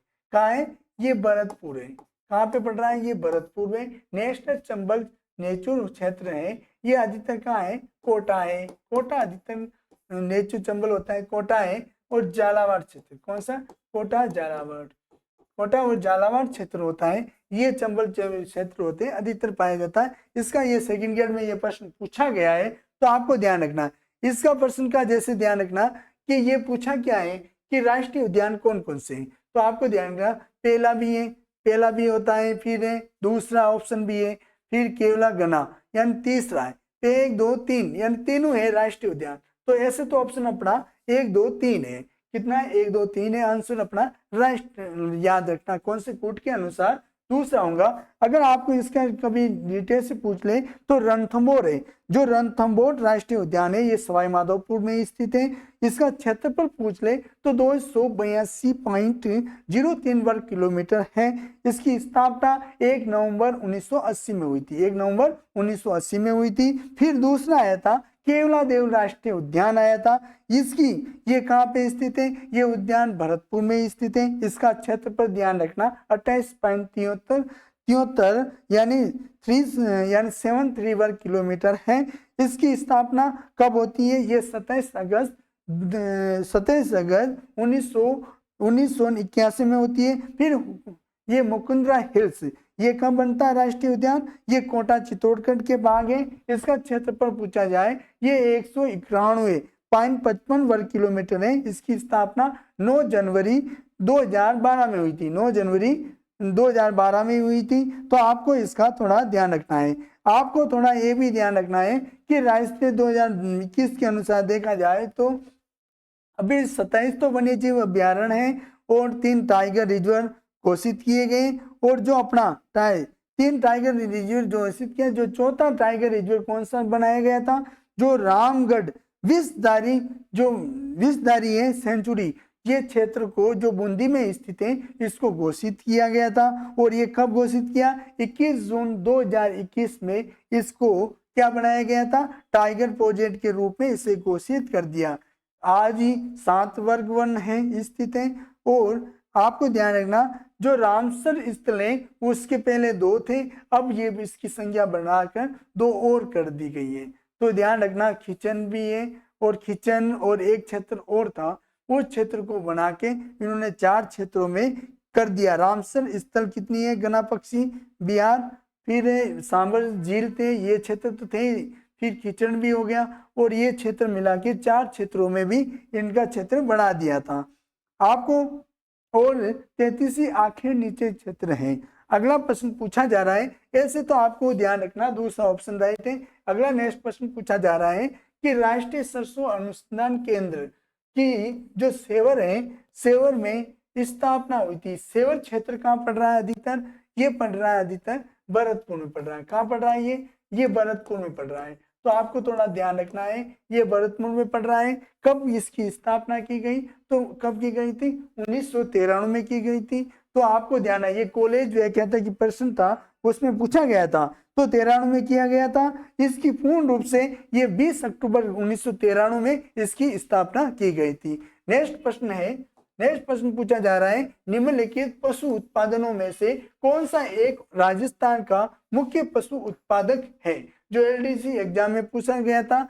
तो मीट यानी मांस, अंडा, चमड़ा या दूध। तो ध्यान रखना, पशु के अनुसार प्रथम स्थान पे, प्रथम नहीं, जो राजस्थान का है, जो द्वितीय स्थान है, वैसे तो द्वितीय स्थान है, प्रथम स्थान पूछा जाए तो यूपी का स्थान है। तो दूध के उत्पादन में राजस्थान का दूसरा स्थान है। वो अंडा का पूछे तो अंडा का ध्यान रखना, अंडा का 12वां स्थान है। कौन सा है ये? 12वां स्थान है, थोड़ा सा ध्यान रखना है। फिर आपको मीट या मांस के उत्पादन में पूछ ले तो ये 18वां स्थान, कौन सा? 18वां स्थान पूछा। तो इतना इतना थोड़ा ध्यान रखना, 18वां ये दूध है, दूध में द्वितीय स्थान है। कितना? द्वितीय स्थान है। तो इसके बारे में ध्यान रखना। इसका ऑप्शन कौन सा होगा? चौथा ऑप्शन राइट होगा। फिर है अगला प्रश्न पूछा गया है, जो वो खनिज जिन पर राजस्थान का देश में एकाधिपत्य है, यानी ऐसे कौन से खनिज हो रहे जो सतह ही राजस्थान में निवास कर रहे हैं। तो ध्यान रखना, अधिकतर कौन से जो प्रयोगशाला में प्रश्न पूछा गया, कौन से ऐसे, जैसे तांबड़ा है, ब्लूस्टोनाइट है या ग्रेनाइट, संगमरमर। तो ध्यान रखना, ये ऑप्शन होगा ये जाप्सर, तांबड़ा, फेल्सपार, जिप्सम या तांबड़ा, पन्ना या ब्लूस्टोन या जाप्सर, तांबड़ा, संगमरमर या सीसा जस्ता। तो आपको ध्यान रखना है, जो पहला ऑप्शन है क्या पूछा है? तांबड़ा, तांबड़ा है, ब्लूस्टोन, ग्रेनाइट या संगमरमर। तो अपना ऑप्शन कौन सा होगा? तो अधिकतर ज्यादा ध्यान रखना, कौन सा स्थान पे अधिकतर ज्यादा होते हैं। ये अधिकतर कहाँ हो रहा है? ये जाप्सन है, तांबड़ा, पन्ना और ब्लूस्टोनाइट, यानी इसका ऑप्शन कौन सा होगा? अपना तीसरा ऑप्शन होगा। कौन सा होगा? तीसरा ऑप्शन अपना राइट होगा। तो ध्यान रखना, ऐसे प्रश्न आते हैं तो ध्यान, प्रथम स्थान के अनुसार ध्यान रखना कौन कौन से होते हैं। एक ब्लूस्टोन होता है 100% होते हैं, जाप्सन भी 100%, गार्नेट होता है वो भी 100%, टंगस्टन होता है ये जो 97% यानी 99% होता है टंगस्टन जो डेगाना में पाया जाता है। तो ध्यान रखना है। और कैल्साइट भी होता है जो 97% होता है। तो इसका ऑप्शन अपना कौन सा होगा? तीसरा ऑप्शन राइट होगा। अगला नेक्स्ट प्रश्न पूछा है, तो ध्यान रखना, इसको सुमिलित कीजिए। जो खाद्य सुरक्षा अधिकारी में प्रश्न पूछा गया है, ये क्या है? रोग पासपेट कहाँ है? तो अधिकतर ज्यादा ध्यान रखना, इसका मिलाप प्रश्न है। तो ध्यान, रोग पासपेट अधिकतर कहाँ हो रहा है? जामड़ा कोटरा, जामड़ा कोटरा या फतेहगढ़। ऐसा प्रश्न कभी क्या है? जामड़ा कोटरा या फतेहगढ़ में कौन सा खनिज पाया जाता? तो इधर उधर करके भी प्रश्न पूछा जाता, तो ध्यान रखना है। फिर टंगस्टन, ये डेगाना में होता है। कहाँ है? डेगाना, नागौर में। मैग्नीज, ये मैग्नीज होता है जो लीलवाड़ा, लीलवाड़ा कहाँ पड़ रहा है? बांसवाड़ा में पड़ रहा है। फिर डोलामाइट, ये डोलामाइट होता है, ये अधिकतर कहाँ है? ये दरियाबाद या खमेरा, ये अधिकतर ज्यादा क्या है? ये उदयपुर या सिरोही का क्षेत्र होता है, जो अधिकतर भाग होता है इन क्षेत्र में ये पाया जाता है। तो आपको ध्यान रखना, 2 है, फिर 4, 2 4 मैग्नीज, मैग्नीज का लीलावती। तो आपको ध्यान रखना, पहला ऑप्शन इसमें राइट है। तो कौन सा ऑप्शन है? पहला राइट होगा। नेक्स्ट प्रश्न पूछा जा रहा है, नेक्स्ट प्रश्न है, यानी वस्त्र निर्यात नगर का दर्जा किस शहर को दिया गया है? तो किस क्षेत्र को दिया गया? ये सेकंड ईयर में प्रश्न पूछा है। भीलवाड़ा, ब्यावर, कोटा या जोधपुर को। तो ध्यान रखना है, भीलवाड़ा को दे रखा है। किसको दे रखा है? ये भीलवाड़ा को दे रखा है। तो ध्यान रखना, भीलवाड़ा को अधिकतर ज्यादा ये क्षेत्र दे रखा है, इसलिए इस क्षेत्र को जाना जाता है। ये 1938 में, ये 1938 में भीलवाड़ा में सूती मेवाड़, जो सूती मेवाड़ टेक्सटाइल मिल्स की स्थापना की गई थी। तो ये कब की गई थी? 1938 में की गई थी। तो ध्यान रखना, ये फरवरी 2009 में, जब फरवरी 2009 में केंद्र सरकार ने भीलवाड़ा में वस्त्र निर्यातक नगर के नाम से भी इसकी नाम से दर्जा दिया गया, तो इसलिए भीलवाड़ा को जाना जाता है। इसका ऑप्शन कौन सा होगा? पहला होगा। नेक्स्ट प्रश्न पूछा गया है, 2011 की जनगणना के अनुसार राज्य की जनसंख्या वृद्धि दर कितनी है? तो ध्यान रखना, ये वृद्धि दर पूछ रहा है। तो वृद्धि दर ध्यान रखना, ये 21.3 यानी 33वीं या 20.4 है या 24.44 या 31.02 है। तो ध्यान रखना, ऐसे ऑप्शन में तो इसका 21.31 है। इसको आपको अलग पूछ ले, यानी 1998 मतलब 91 से लगा 2001 के बारे में पूछे तो ये 28% थी। कितनी थी? 28 थी। और उससे अब कितना हो गया? ये 21.31 हो गया। कितना हो गया? ये 2001 से 2011 में कितने हो गया, ये कितना हो गया, मतलब ये 21.31 है, मतलब घट रहा है। घट रहा कितनी घट गई, ये 7.10% घटा है। कितना घटा, ये 7.10% घटा है। अगर आपको पूछ ले, अगर गंवा के यहाँ पूछ ले कि जनसंख्या वृद्धि दर में प्रथम स्थान पे कौन सा है, प्रथम स्थान पे ध्यान रखना बाड़मेर क्षेत्र है जो प्रथम है। कौन सा है, बाड़मेर। बाड़मेर का पूछे तो प्रथम स्थान है। और न्यूनतम पूछ ले, जब वो आपको न्यूनतम पूछ ले, आपको क्या पूछे, अंतिम स्थान, अंतिम स्थान पूछा जाए तो अंतिम स्थान ध्यान रखना श्री गंगानगर। किसका है, श्री गंगानगर है। ये प्रश्न क्या आ जाते हैं तो परसेंट भी पूछे तो 10% है इसका। और इसका बाड़मेर का पूछे तो आपको ध्यान रखना ये 38% है। कितना है, 38%, सबसे ज्यादा बाड़मेर में है। इसलिए ये वृद्धि दर के क्षेत्र में ये 2 पॉइंट है। ये ऐसे प्रश्न पूछे जाते हैं तो थोड़ा ध्यान रखना है। फिर अगला प्रश्न पूछा है बुढ़ला यानी बड़ला सोलर पार्क है, ये अवस्थित है। ये कृषि परिवेक्ष प्रश्न था, उसमें एग्जाम में प्रश्न पूछा है ये कहाँ स्थित है, जैसलमेर में, जोधपुर में, या बाड़मेर या जालोर में। तो ध्यान रखना ये कौन सा है, जोधपुर क्षेत्र में फेमस है। कहाँ का ये, जोधपुर क्षेत्र का फेमस है। तो ये बड़ला क्षेत्र पूछ ले तो थोड़ा ध्यान रखना है। बड़ला क्षेत्र पूछे तो इसके बारे में थोड़ा ध्यान रखना। ये क्या बड़ला, बाप पहले क्या फलोदी में पढ़ रहा था, उस क्षेत्र के आसपास का क्षेत्र था, पर अब ये जोधपुर में पढ़ रहा है। तो ये ध्यान, ये कब की बात है, ये 21 अगस्त 2013 में, जब किसकी अपने ये अशोक गहलोत के समय में इसको बड़ला को सोलर पार्क बनाया गया था। ये जोधपुर में स्थित है। तो ये इसका ध्यान रखना। ये 4 क्षेत्र यानी फेज बनाए गए, तो 4 फेज बनाए गए, जिसमें अधिकतर ज्यादा जो फेमस फेज था वो सेकेंड था, क्योंकि वहां पे अधिकतर ज्यादा 680 मेगावाट यहाँ पे बिजली का उत्पादन होने के कारण यहाँ पे सबसे अच्छा सोलर पार्क है। तो ध्यान रखना यहाँ पे। अगला नेक्स्ट प्रश्न पूछा जा रहा है, ये कह रहे हैं कि हवाई अड्डा शहर में सही सुमिलित नहीं है, यानी ऐसा क्षेत्र बताओ जहाँ पे हवाई अड्डा नहीं है। यहाँ पे ध्यान रखना, ये प्रश्न पूछे जा रहे हैं, ऐसे प्रश्न आ जाता है। ये आज का जो अपने ज्योग्राफी का था जो लास्ट प्रश्न है, इसका ध्यान रखना, कहाँ क्षेत्र में नहीं है। महाराणा प्रताप हवाई अड्डा उदयपुर में है। कहाँ, कौन सा क्षेत्र, जो डबोक क्षेत्र है, जहाँ डबोक है वो डबोक क्षेत्र में पाया, डबोक क्षेत्र में महाराणा हवाई अड्डा आया हुआ है। फिर नाल हवाई अड्डा जो बीकानेर में, बिल्कुल राइट है, यहाँ बीकानेर में है। सूरतगढ़ हवाई अड्डा जो जोधपुर, ये नहीं है, जोधपुर में सूरतगढ़ हवाई अड्डा नहीं है, क्योंकि ये कहाँ पड़ रहा है, श्री गंगानगर में पड़ रहा है। कहाँ पड़ रहा है ये गंगानगर में पड़ रहा है। सूरतगढ़ हवाई अड्डा है। फिर है कोटा हवाई अड्डा, ये कोटा में पड़ रहा है। कहाँ पड़ रहा है ये कोटा का तो सही है। सूरतगढ़ जो बीकानेर के आसपास का क्षेत्र है उसका, यानी ये क्षेत्र, यानी इसमें सुमिलित नहीं है।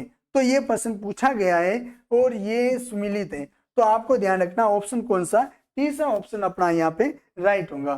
तो ध्यान रखना, ऐसे प्रश्न पूछ लेते हैं तो आपको हवाई अड्डे के बारे में कभी कभी पूछ लेते हैं, तो थोड़ा ध्यान रखना कि कहाँ कहाँ हवाई अड्डे। ये सांगानेर हवाई अड्डा है, ये जयपुर में पड़ रहा है, तो सांगानेर में स्थित है। और जो महाराणा प्रताप हवाई अड्डा है ये कहाँ पड़ रहा है, डबोक उदयपुर में। कोटा हवाई अड्डे कोटा में ही है।